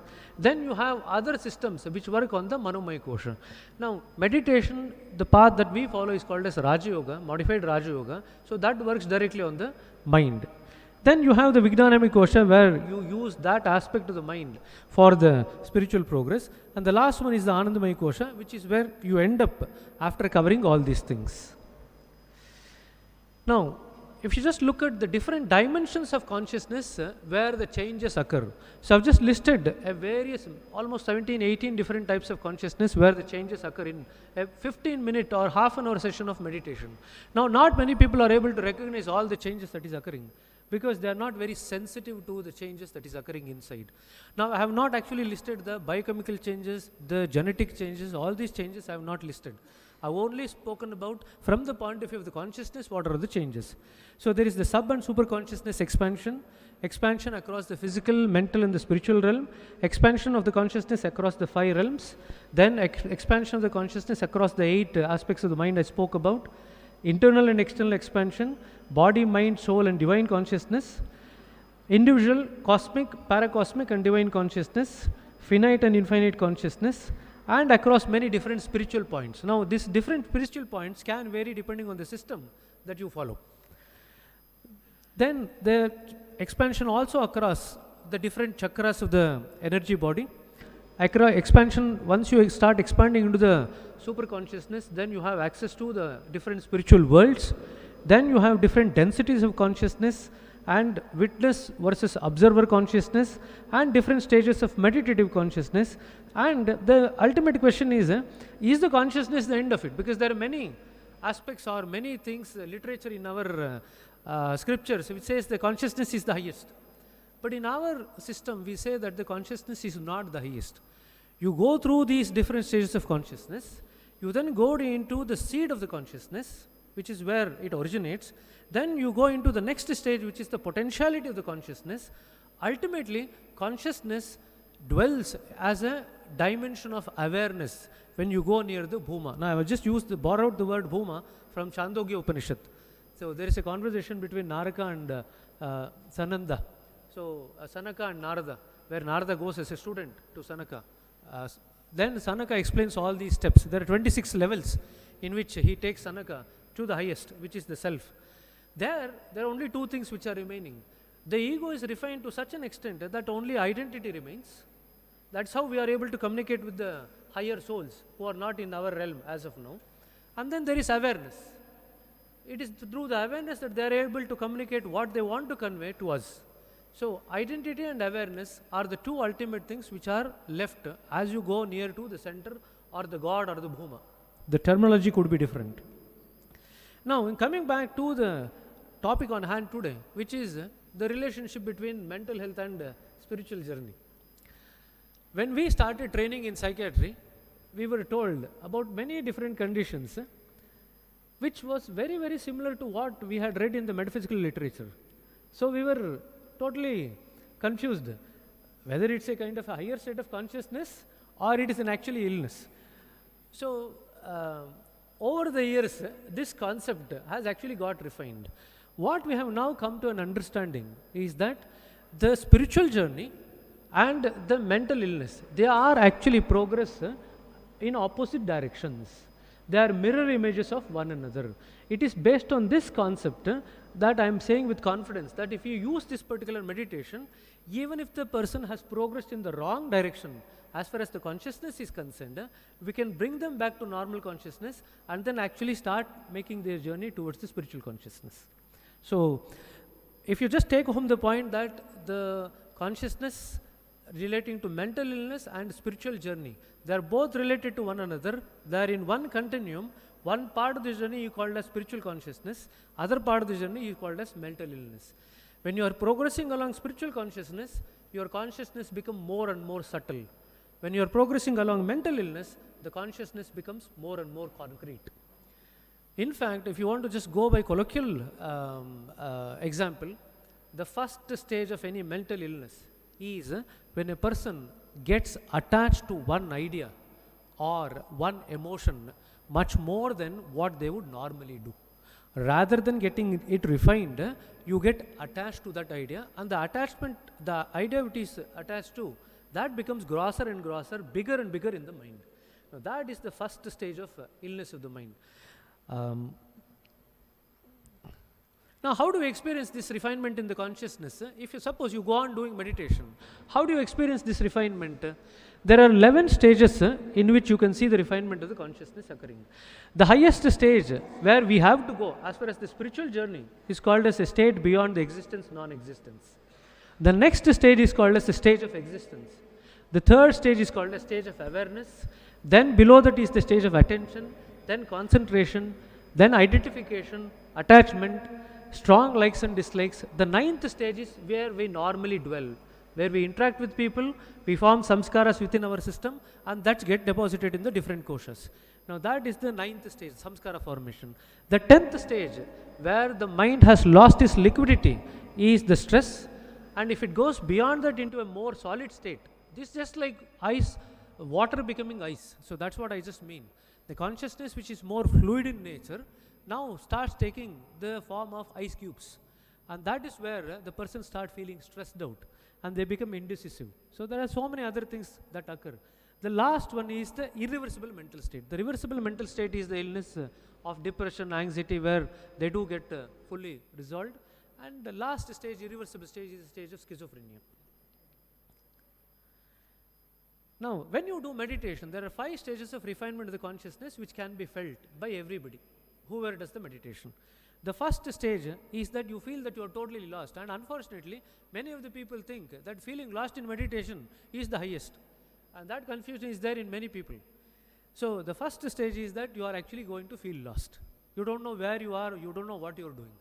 Then in the next stage, you maintain certain degree of awareness. There is a degree of lightness that you can experience at the end of the meditation. That is because the samskara load is now gradually coming down. The third stage of refinement is when you can feel an attribute of the consciousness. Depending on which part of the journey you are in, at some places you can feel peaceful, at some places you feel more joy, at other places you will feel calmness or contentment. So different attributes of the consciousness can be felt at different stages. Then the fourth stage is the attribute also now disappears. There is only a stillness. You feel that nothing much is happening, but you are aware, but nothing much is happening. The last stage is where you feel everything, even that stillness is gone, you feel empty, that everything is gone. Now this is where most of the people, this is the fullness, stage of fullness, or the stage of nirvana, or the emptiness that Buddhists talk about, and the stage of fullness that the Vedanta talks about. Then how do we progress along this kind of consciousness? I mentioned about 11 stages of consciousness. How do you progress along those lines? It is nothing but intensification of the energy that you direct to. The more energy you direct to a particular thing, the more intensified it becomes, the more concrete the consciousness becomes. Now, where is this energy coming from? This energy is infinite. It is there everywhere. Science also says there is infinite energy. You focus that energy onto something, and that makes that particular thing concrete. There is a saying that yad bhavam tad bhavati. So, when you focus your energy on a particular bhava, that actually manifests. Now, that is the bhavati that you are talking about. This is in terms of our region.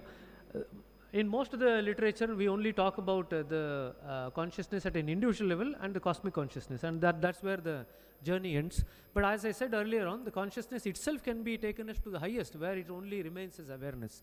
So in our system, that's where we gradually dwell into. There are 5-6 stages. Understanding from the chakra point of view, up to the 6th point, we call it as mukti. From the 6th point on to the Agna chakra on to the Sahasradal, 7th chakra, we call that as the cosmic region. Then beyond that is the divine region. Beyond that is the ultimate or the Bhuma region. Now, I'll just go through 1 or 2 aspects of where science is at. As far as, now this is in terms of the understanding based on experience. Is there anything that we do in terms of objectively measuring all these things? The main instrument that they have actually used is in terms of EEG. They have used EEG across many different types of meditation over the past many years now. And they have been able to notice that when a person meditates, they have bursts of deep sleep.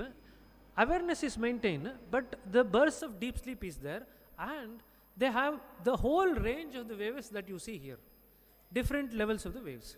But generally, alpha and gamma seems to kind of predominate. But when they go into deep meditation, they go into this delta activity.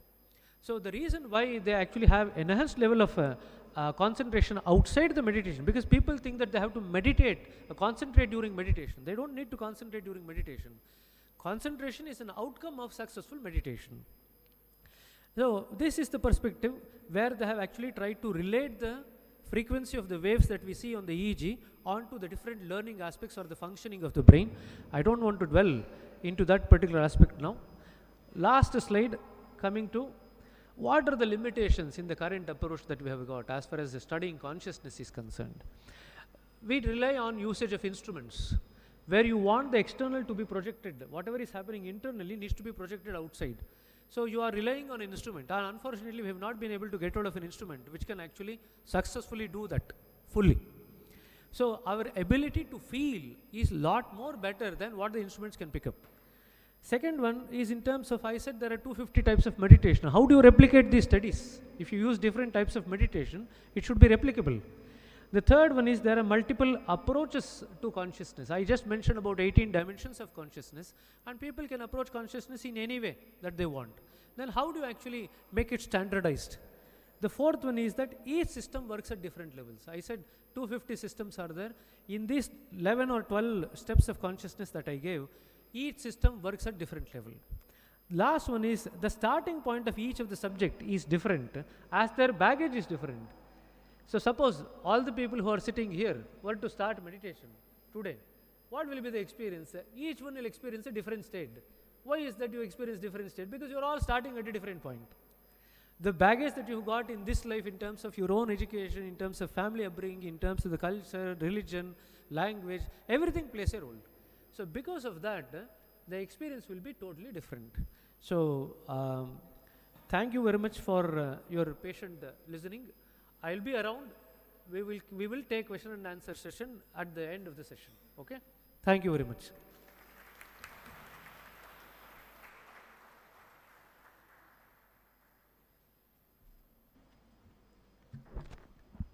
Thanks a lot, Dr. Raghu, for your very thought-provoking and enlightening presentation. When I was going through the presentation of Dr. Raghu, who is well-trained psychiatrist, well-trained scholar in the research methodology of modern sciences, and when he made his presentation, so I was wondering that how deeply and closely Advaita Vedanta or Vedantic philosophy has influenced the modern understanding of the mind and its different processes. Like the way he talked, I was reminded of the Adi Bhautik and Adi Daivik and Adhyatmik, Sukh and Dukh. He was trying to understand the mind in the form of Pranamaya Kosh and Annamaya Kosh, again, well elaborated by Adi Shankaracharya in his magnum opus Sharirak Bhasya. So it was a great presentation, Dr. Raghu. And since, again, we are running short of time, and I would like to invite questions and answers at the last of the session. And I would also like to make a very brief remark after all the presentations are done. And moving further, it is a pleasure for me to invite our next speaker, Ms. Anandi Ravinath. She is going to make her presentation on journey into mind, consciousness, and DNA, and origin of thoughts. Ms. Anandi Ravinath is a PG biotechnology from IIT Bombay and author of Mind Your DNA, Fusion of Science and Meditation. And she is trustee of Inner Light Foundation, Mumbai.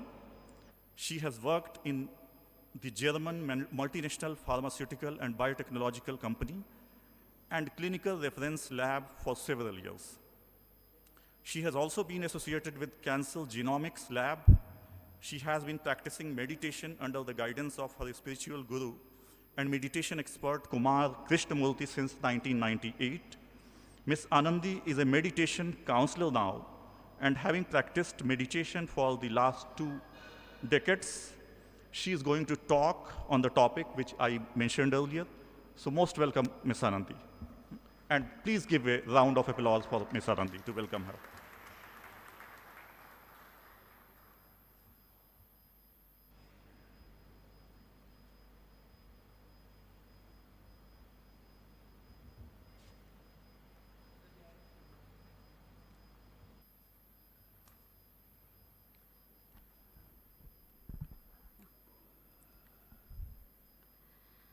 Respected Professor Dr. Vishwanath Karad, Dr. Deepak Ranade, Dr. Jayant Khandare, Dr. Rahul Karad, Dr. Siddharth Singh,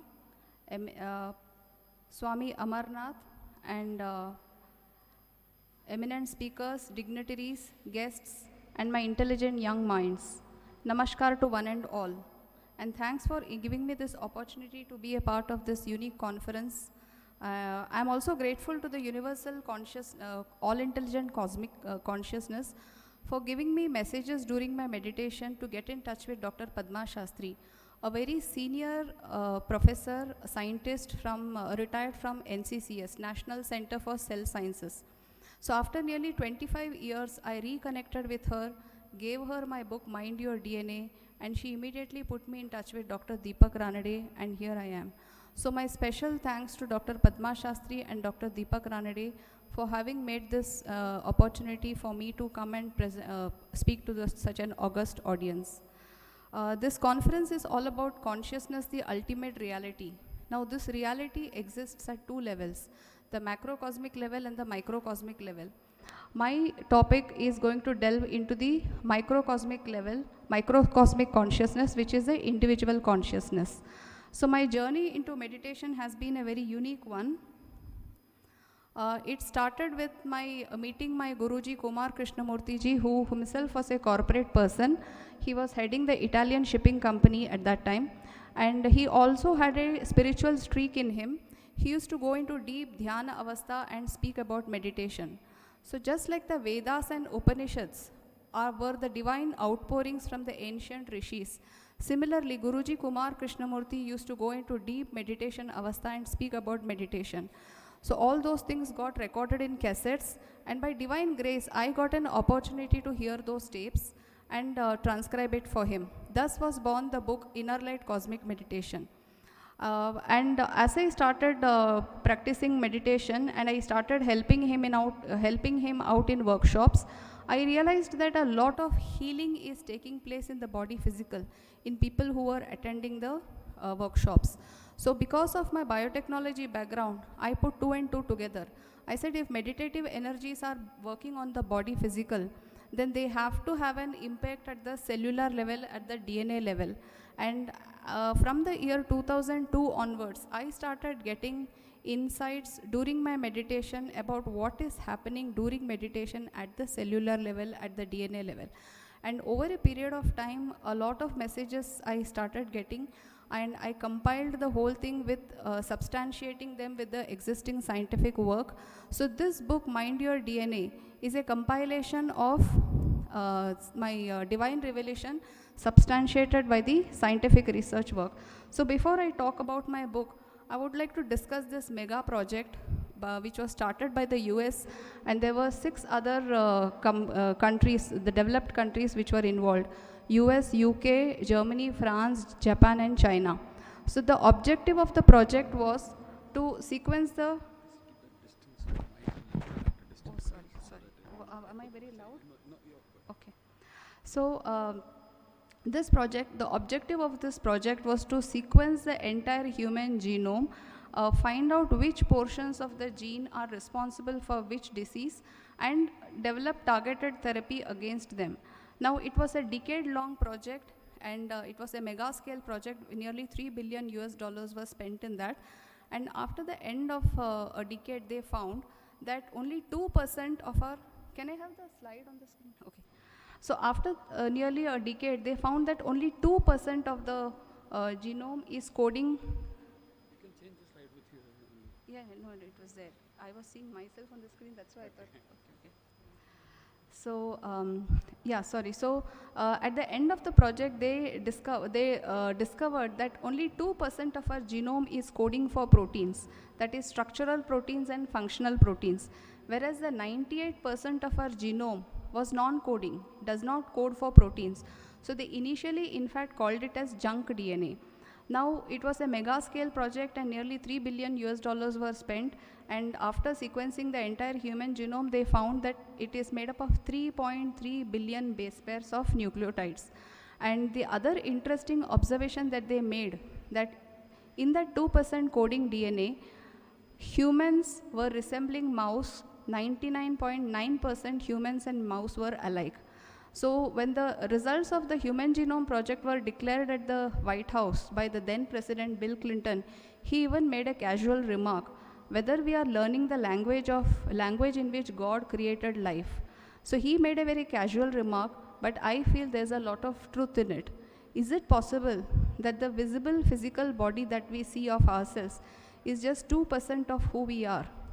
The remaining 98% of who we are, our entire being, is invisible to us. It's our energy, and that is why it has to be realized through the process of meditation, cosmic meditation. So let us try to understand the mind. I would like to call mind as a matrix, because mind is full of, it's a storehouse of enormous amount of information. So right from our childhood, all our experiences get embedded in the mind in the form of emotions, and emotions are collection of thought particles, thoughts.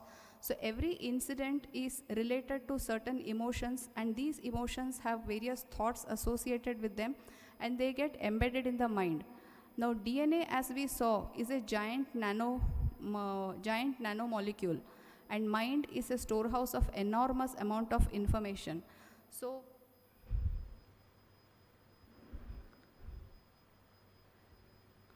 So mind is a storehouse of enormous amount of information.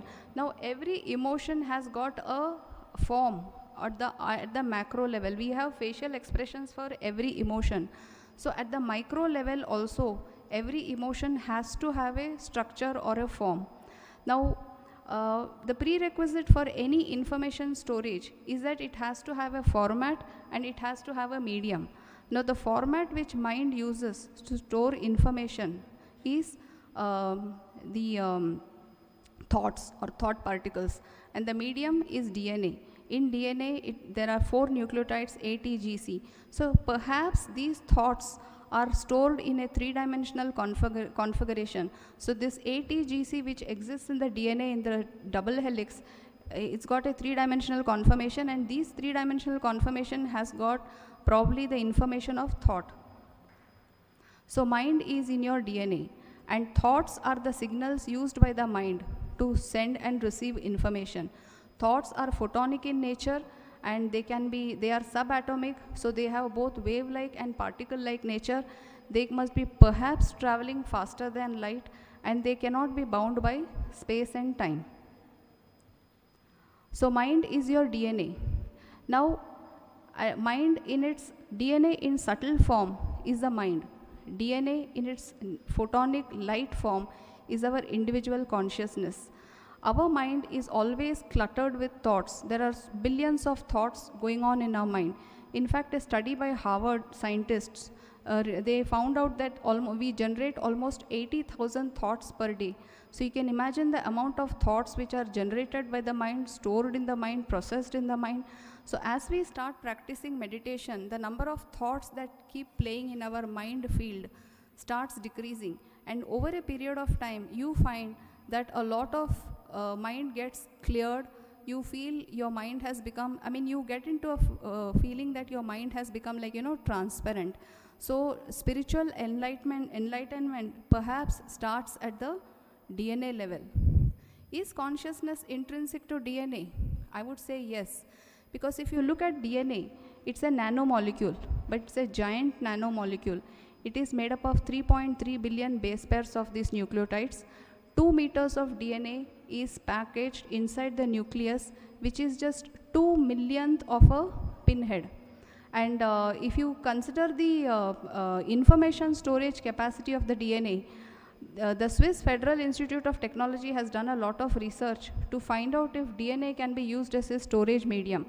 They have indeed found that DNA can be used as a storage medium, but they are able to store the information, but they are not able to retrieve it. And they have found that 1 gram of DNA can hold 455 hexabytes of information.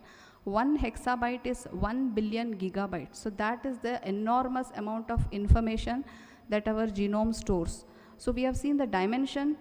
The other part of the dimension is it is 120 times narrower than the shortest visible spectrum, violet light. So it is so subtle that it cannot be seen, but it is so giant that so much of information can be stored. Now if you come to the function part of it, there are thousands of biochemical reactions taking place inside our cell every picosecond, and the controller is DNA. So this is not possible if the DNA were not associated with the mind and consciousness.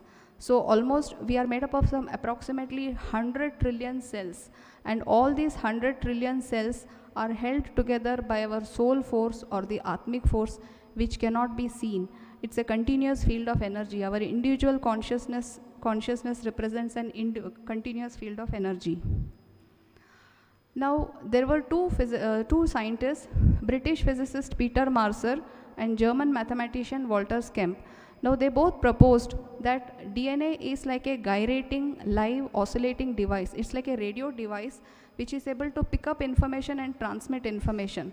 According to them, the base pairs form a carrier frequency with a lot of data stored, and that is how they described DNA as human DNA as a stack of several CDs with a biography written on it, and that biography is our life story. The other interesting information was done by Russian scientist Dr. Vladimir Poponin. He, through experiments, he found that DNA is able to communicate to the surrounding consciousness, the light photons. Similarly, Dr. Luc Montagnier, who was a French virologist, he noticed, he even won a Nobel Prize in the year 2008 for having discovered that HIV is causing AIDS. Now later, after those experiments, Dr. Luc Montagnier also wanted to prove that DNA can transmit information to the as an electromagnetic signal to the surrounding water or the light particles. Then there was this Russian scientist, Dr. Peter Garriev. He is also known as a modern wave geneticist, because what he did is, in his experiments, he found that there is a biological language stored in our non-coding DNA, and it follows some kind of a basic syntax, and that DNA can be programmed by human speech when words are modulated on correct frequencies. So this is what exactly happens when we chant mantra. When we do the mantra chanting, it has a positive impact at our DNA level, because over a period during mantra chanting, we go into a zone of non-thought or silence, and at that time a lot of healing takes place. Meditation is a Maha Mantra because it's a silent prayer to the Almighty. So our genome is quasi-intelligent. It has got both energy information and material information. So this non-coding DNA is constantly communicating with the surrounding field of consciousness. The other interesting work was done by Dr. Alexander Gurevich, Russian scientist, in the year 1923. He discovered that our DNA is emitting biophotons, which are ultra fine emissions which has got lots of information related to the spatial arrangement of the tissues and the cells. This work was carried on by Dr. Fritz Alfred Popp, the German scientist, who in the 1970s he discovered that DNA indeed emits biophotons, and they are emitted with a kind of coherence. Then Dr. Roland Van Wijck is currently the head of the International Institute of Biophysicists, and he is heading this project now. And he has written a very good review for my book, Mind Your DNA. So our genome is basically an MP3 file of a 3D movie, and the morphogenetic field surrounding every living organism is a thought field with a lot of thought particles in it. So non-coding DNA, which was termed as junk, is it really junk, or is it a source of inner light? So our mind can be a source of health. Our mind can also be a source of ill health or disease. So it depends on how we use it. If we keep getting stressed out and bogged down by various problems, we'll end up with a lot of health issues. Whereas if we practice meditation continuously and change our lifestyle and practice meditation regularly, then we are able to generate good health for ourselves. So mind management is very important to handle our non-coding DNA, which is also our mind. So a lot of research has been done in terms of the matter form of DNA. What is required now is that everyone should now start practicing meditation, because it will give them a lot of insights about already existing research work. So meditation is a technique where you can upload questions and get answers from the universe. So this shloka sums up all. Every cell is constantly dividing. This Shanti mantra is actually happening inside us. Just one more slide. This Shanti mantra is actually happening inside us, and every day we have to, so by meditation we will generate peace within each and every cell, which will get transmitted to our surroundings. So we are all like individual particles. Our individual consciousness are all like drops of the ocean in the collective consciousness. So a lot of science behind meditation is described in my book, Mind Your DNA. Whosoever is interested in purchasing it is available with me today. Thank you so much for this opportunity. Once again, thank you to all the dignitaries, and special thanks to Dr. Deepak Ranade.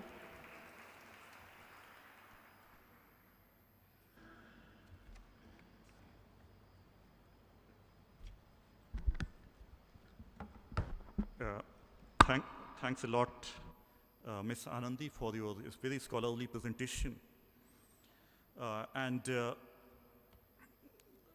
It's a great achievement for this conference associated with this institute to have such kind of a scholarly presentation which could see the convergences of our ancient knowledge with the modern sciences, which is very much the need of time. When we see, when we find the papers at the Institute of Health, NIH, or NCBI, where in the West they are doing a lot of researches, applying the MRI machines, evaluating the cortical thickness, evaluating the decaying gray matters, and when they realize that the sample of the yogis, when they take as a sample, and they have done so many researches where somebody who has done meditation for last 10 or 15 years, and another sample where someone has never done such kind of activities, spiritual activities, and the result appears that the cortical thickness is much more thicker, much more dense as compared to those who have never done any kind of spiritual activities. Similarly, we can find the solution of the dementia or Parkinson's or Alzheimer's. If we could find the the right methodology to do the researches, whatever enshrined in our ancient knowledge, with the calibrating the modern applications, modern devices, modern technological instruments. So I'm so relieved to see that Dr. Anandi, when she presented that even at the level of the DNA, the things can be transformed. When she mentioned about the Chanchala Chitta. So very interestingly, she showed the picture of the DNA moving, and the Chitta, the mind is projected Chanchala in our ancient tradition. Even in the very famous text which is known as Bhagavad Gita of Buddhism, Dhammapada, Buddha says that Fandanam Chapalam Chittam, Durakham Durnivarayam. The mind is so chanchal, it is jumping from one branch of the tree to another branch of tree like a monkey. And it is not easy to fix it, to create one-pointedness. So how should we work with our mind? It says that usu ujum va medhavi usu karo va tejasam. Like an arrow maker, sharpen the arrow gradually. The same example which is taken in when the Japanese sword making takes place, katana. So it takes several years, the proper katana. So similarly, the proper arrow maker sharpen the arrow. In the same way, you should deal with your mind. Sharpen gradually, controlling it through the proper spiritual practices, shamat and the vipassana, and so on. So it is very relieving to see that how scientific application is being applied, and I wish that this is our next generation. And that would be much more appealing to our next generation when they will see the real result of such kind of spiritual practice. With these words, thanks again to Ms. Anandi. Our next speaker is Dr. Ramakrishna G. Bhatt. Professor Ramakrishna G. Bhatt is working as faculty in Department of Chemistry, Indian Institute of Science, Education and Research, IISER, Pune, for last 17 years. He completed his PhD in Organic Chemistry in 2004 from Indian Institute of Science, Bangalore, followed by his postdoctoral research fellowship in Simon Fraser University, Vancouver, British Columbia, Canada. He has authored about 50 publications in scientific journals, 2 patents, and several book chapters. He is a well-known motivational speaker and has given lectures in multiple DST Inspire camps, Sucker Times, across the states to motivate young students towards science, Indian history, and culture. He is an avid reader of Vedas, Vedantic, and Upanishadic philosophy, Srimad Bhagavad Gita. Dr. Bhatt is going to talk today on the topic, is consciousness within us or are within it a chemical dance or a trance? So before I invite Professor R.G. Bhatt, I have an announcement given, instructed by the authorities that instead of having question-answer session after this session, you are rather requested to write down your questions so that those could be passed on to our distinguished speakers, and we can have discussion after this session in person. So with these words, it's a pleasure for me to invite Professor R.G. Bhatt. Thank you. Please give a round of applause for Professor Bhatt.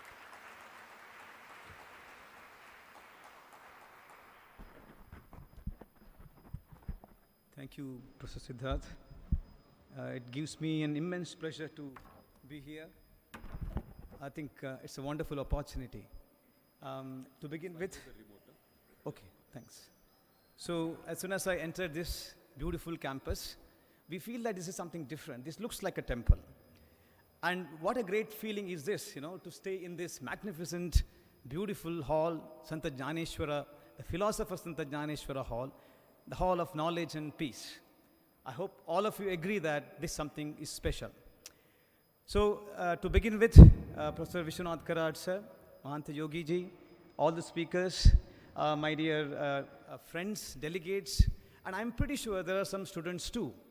And I expect, I'm being a professor, scientist from last 17 years and the research from last 24 years, I must be a student first to talk to someone.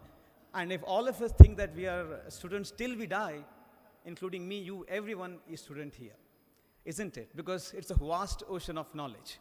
So I just felt that there's such a beautiful campus cannot be built if a person doesn't have apurva janma samskara, or he or she doesn't have that sense of a feeling.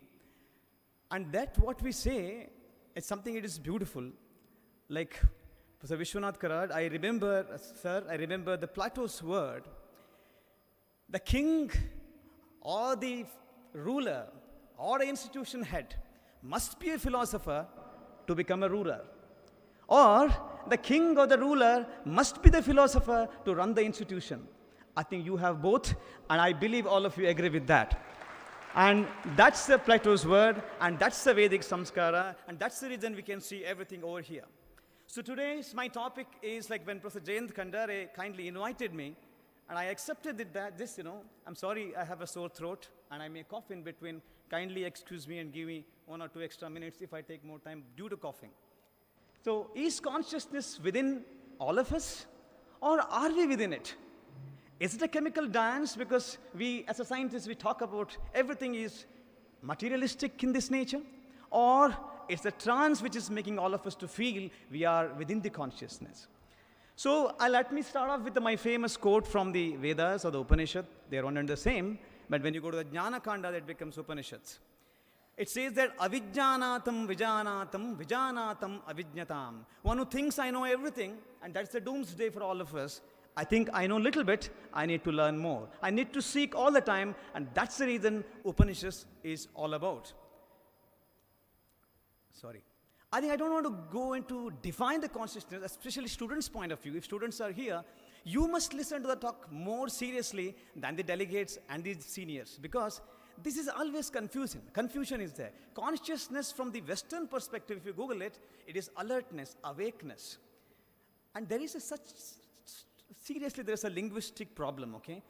Every time we try to translate it to English, or English translate loosely from the Sanskrita or the, ancient languages, and that loses the essence. So maybe I was lucky or blessed to come from a land where I have been hearing the Vedic mantras for a long time. That might have given me an edge, and I studied Sanskrit for 12 to 13 years, and I could see the Vipra there, the Pandita, Vishishya Prajna, and I could see that, and putting my, salutation and namaskara, let me start my talk. And from the ancient Indian perspective, including the Buddhist perspective, and Professor Siddharth will explain more, Chaitanya, Maha Chaitanya, Shuddha Chaitanya is consciousness. Whereas the scientific point of view, the Western world, the Chaitanya, the loosely translated to the consciousness is the awakeness, alertness, and that is for Jagrata Avastha for us in the Indian point of view. So let me not get into the definition. If anyone here is from the Western world, they would think that, if you see the huge cloud or the cosmos, and that is the physical world, and a physical being, a human being, animal, birds, must be having consciousness within it. But why it happens? Because the Greeks and the earlier philosophers told anything. Aristotle said hylomorphism. He said everything in this world has to be a matter and energy. Every matter must be having a shape and structure. If there is no shape, and it must be a chaos. Hence, everything is chaos if there is no structure and shape for the Greeks' philosophy. And the chaos is everything. And if mind and consciousness we talk about, where is in existence? Where is the material? And it must be a chaos. And he said in a monkey's mind, possibly in ancient Indian perspective, we believe the humans take the birth humans after 84 lakhs of janmas. Hence, we must be going back and forth to different insects, birds and plants once again. And monkey birds are flying all the time, possibly. Monkey mind is flying. So what about mind and consciousness then? And that is because there is no matter. If there is no matter, as for the Greeks' philosophy, it must not be real. But the modern science does not believe that, because the modern science started 15th century, 16th century, 17th century, of course based on the Greek philosophy, but I will come to that. But Eastern world, talk about Taoism, Buddhism, Hinduism, or the Sanatana Dharma, and you can talk about many. The entire cosmos or the universe is full of consciousness, Maha Chaitanya, but the person or the people or anybody who is within it is a physical world embodied with the consciousness. There is a huge diametric difference is there. Please, students, please think about that. Everything is made up of Purusha and Prakriti. Para, apara, I think everything has been talked about. I think there is some problem here. Start your pre-trial. Okay, sorry, buy this. I'm sorry about that. Something has popped up. Okay, close. Okay, let me jump everything. Then what is ultimate here? Satyam Jnanam Anantam Brahma. For us, chaos is perfectly okay because it is part of the Prakriti. And the Prakriti is natural. If my hairs are tossed here and there, that is a Prakriti. If I comb it, that is a Samskriti. If the grass is growing, just like that, tree, forest, that is a Prakriti. If you make a garden, like what Professor Karad sir has made it here, that is a Samskriti. Hence, Prakriti is perfectly chaotic for us in the Indian perspective, perfectly okay with it. And then this modern science started off from the Greeks' philosophy, but they started struggling. How do we prove that matter exists? They felt, okay, it has to be somewhere material. It's a byproduct of the mind or the brain. Hence, because of the byproducts, materials are produced in the brain, and that we are catching hold of. So, this is something interesting. And if you call that, what we say, sorry. So, epiphenomenon, that is what it is. And then various attempts have been done, a lot of work has been done. I will not get into the detail because time is ticking, because it's not enough to talk about such a huge consciousness. But then acetylcholine, neurotransmitters, brain, I think Dr. Deepak Ranade is here, the brain which has so many neurons, we can go up to 100 billion neurons, different parts of the brains have different actions, neuro network is there, so many molecules are released. Where are we looking for? And you can see that different mood has different molecules. Is it because molecules are released, hence that's the reason you feel it? There is a molecule called anandamide. My friend Anand is here. If you eat ice cream, anandamide is released. Is it because ice cream is releasing the molecule? Or after you feel happy, the molecules are released? Nobody knows about it still today.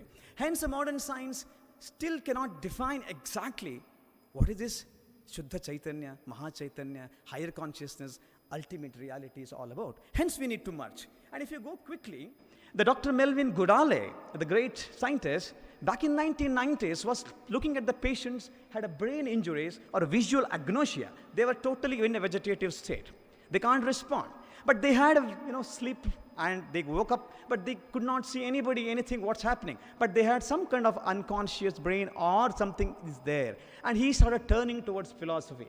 The ancient philosopher of the West and the Orient and the doctors or the scientists started merging, and melding of the science starts. And here comes a twist. Philosophers and the scientists are melding together. And here comes the higher consciousness. You cannot deny that only science can't do it. We need a philosophers and the philosophy. Especially, I feel proud to have Oriental philosophy or the ancient Indian philosophy, including the Taoism and everything. You can see here almost everywhere. I felt that the Bible, that Jesus says that consider every neighbor as your brother. But Vedas says, whatever I've studied, Sarvatma Ahamatma. Everybody is my Atma. You can see everything is here. That comes from here. Sarvatma Bhava. Everyone is one. That is ultimate consciousness. So now what happens? You can see in the brain, sorry, there's something jumping. You can see in the brain here, the person who is in the vegetative state, totally unaware of everything. He can only open eyes. He doesn't respond. But when they talked about playing tennis or a happy moment, same amount of chemicals released in the certain part of the brain for the normal person. That means who is releasing these molecules? Because as for the modern science, he is unaware. He is unconscious. Where is the consciousness? And that we talk about.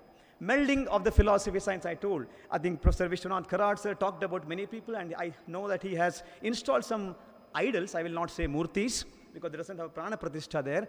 David Hume and Hegel and Immanuel Kant and everybody. And the famous, I don't want to dwell into that, Schrodinger, Einstein, Penrose we talked about, Wheeler we talked about, it from the bit.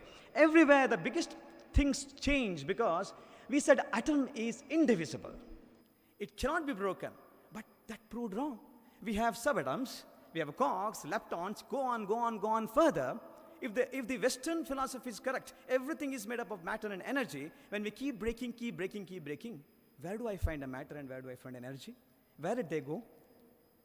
So we need to ponder on this, isn't it? So Western philosophy is a knowledge which is the existence of human life when you see it, whereas Eastern philosophy fully denies human self. Everything is human consciousness, is the ultimate consciousness. We believe that Eastern philosophies believe it is not just intellectual information, the consciousness. It is a total transformation for all of us. And that is the ultimate reality for us. We don't believe in the intellectual information. We believe that complete transformation. So, if that is the case, why we turn towards philosophy? Yes, we can't answer neuroscience, brain science, we talk about any science. We can't pinpoint and say, oh, this is the ultimate consciousness. We still are worried what to say. Second thing, the lack of philosophical and research material to prove that, okay, who is the true self in the brain? Atom is indivisible, I said. Further what? Where exactly? Mental telepathy. Reincarnation, the West says, but we have been saying Punarjanma exists, and we have proofs for that. I mean, at least experiments. And we have talked about other things like out-of-the-body experiences. This makes us to believe there is something different, something ultra or heavy or Maha Chaitanya, something must be there. Whether East or West, whether it is a dicot, whether it may be diametrically opposite. But one thing is certain, all of the people, every religion, every person in the earth, they feel that something they are connecting to something superpower. Somewhere they feel out-of-the-body experience. Some spiritual power is there. And what is it? I proudly say we can call it because our Vedic Sanatana Dharma, we can call he, she or it. So I need time. I have 3 minutes anyway. Quickly, we can see. I can quickly talk about the Vedic philosophy here. I have to rush. Here, when we talk about the science and where philosophy connecting, the Bhraguvalli from the Upanishads of the Taittiriya Upanishads from the Krishna Yajurveda, he goes and asks his guru, his father Varuna, Adiho Brahmeti. The guru says, Tapasa Brahma Vijijñasava. Go and do tapasya. I will keep talking Sanskrit because that's how it is. And he just goes and does, and he understands that Annam Brahmeti Vijijñatava. Annam is Brahma. And he feels that no, it's all materialistic body. Anna, it's not Brahma. Again, go and ask. Oh, go and do tapasya. Now he says that, oh, prajnanam Brahma, pranam Brahma. Oh, prana is Brahma. But vital process is enough? No, nothing, something more is there. Manomaya, mano brahmeti vijajnat. Oh, no, that's not enough. Go further. And he says that, oh, vijnanam brahmeti. Oh, why vijnana? Because simple mind, the mentation is not good enough. You need to have a discriminative knowledge that is much beyond simple mentation, hence vijijñasava, vishishta jnana. He goes further and say, anandam brahmeti. Oh, the ultimate happiness is Brahma. But we are human beings. We can't ask stop questions. He asked, who is this Brahma? Who is deciding all this Brahma? Oh, then he said that, oh, where I am? Parame vyoman vivasthitaha. I am in the Vyoma Akasha of Guhara, Radaya Guhara. I am the Paramatma, I am the Para. And then we go first. Kena Upanishad. The question itself is the Upanishad. Kena. Ask questions. He asked a beautiful question. I have just 1 or 2 minutes. I will request the chair. He asked a student. Student asked a guru.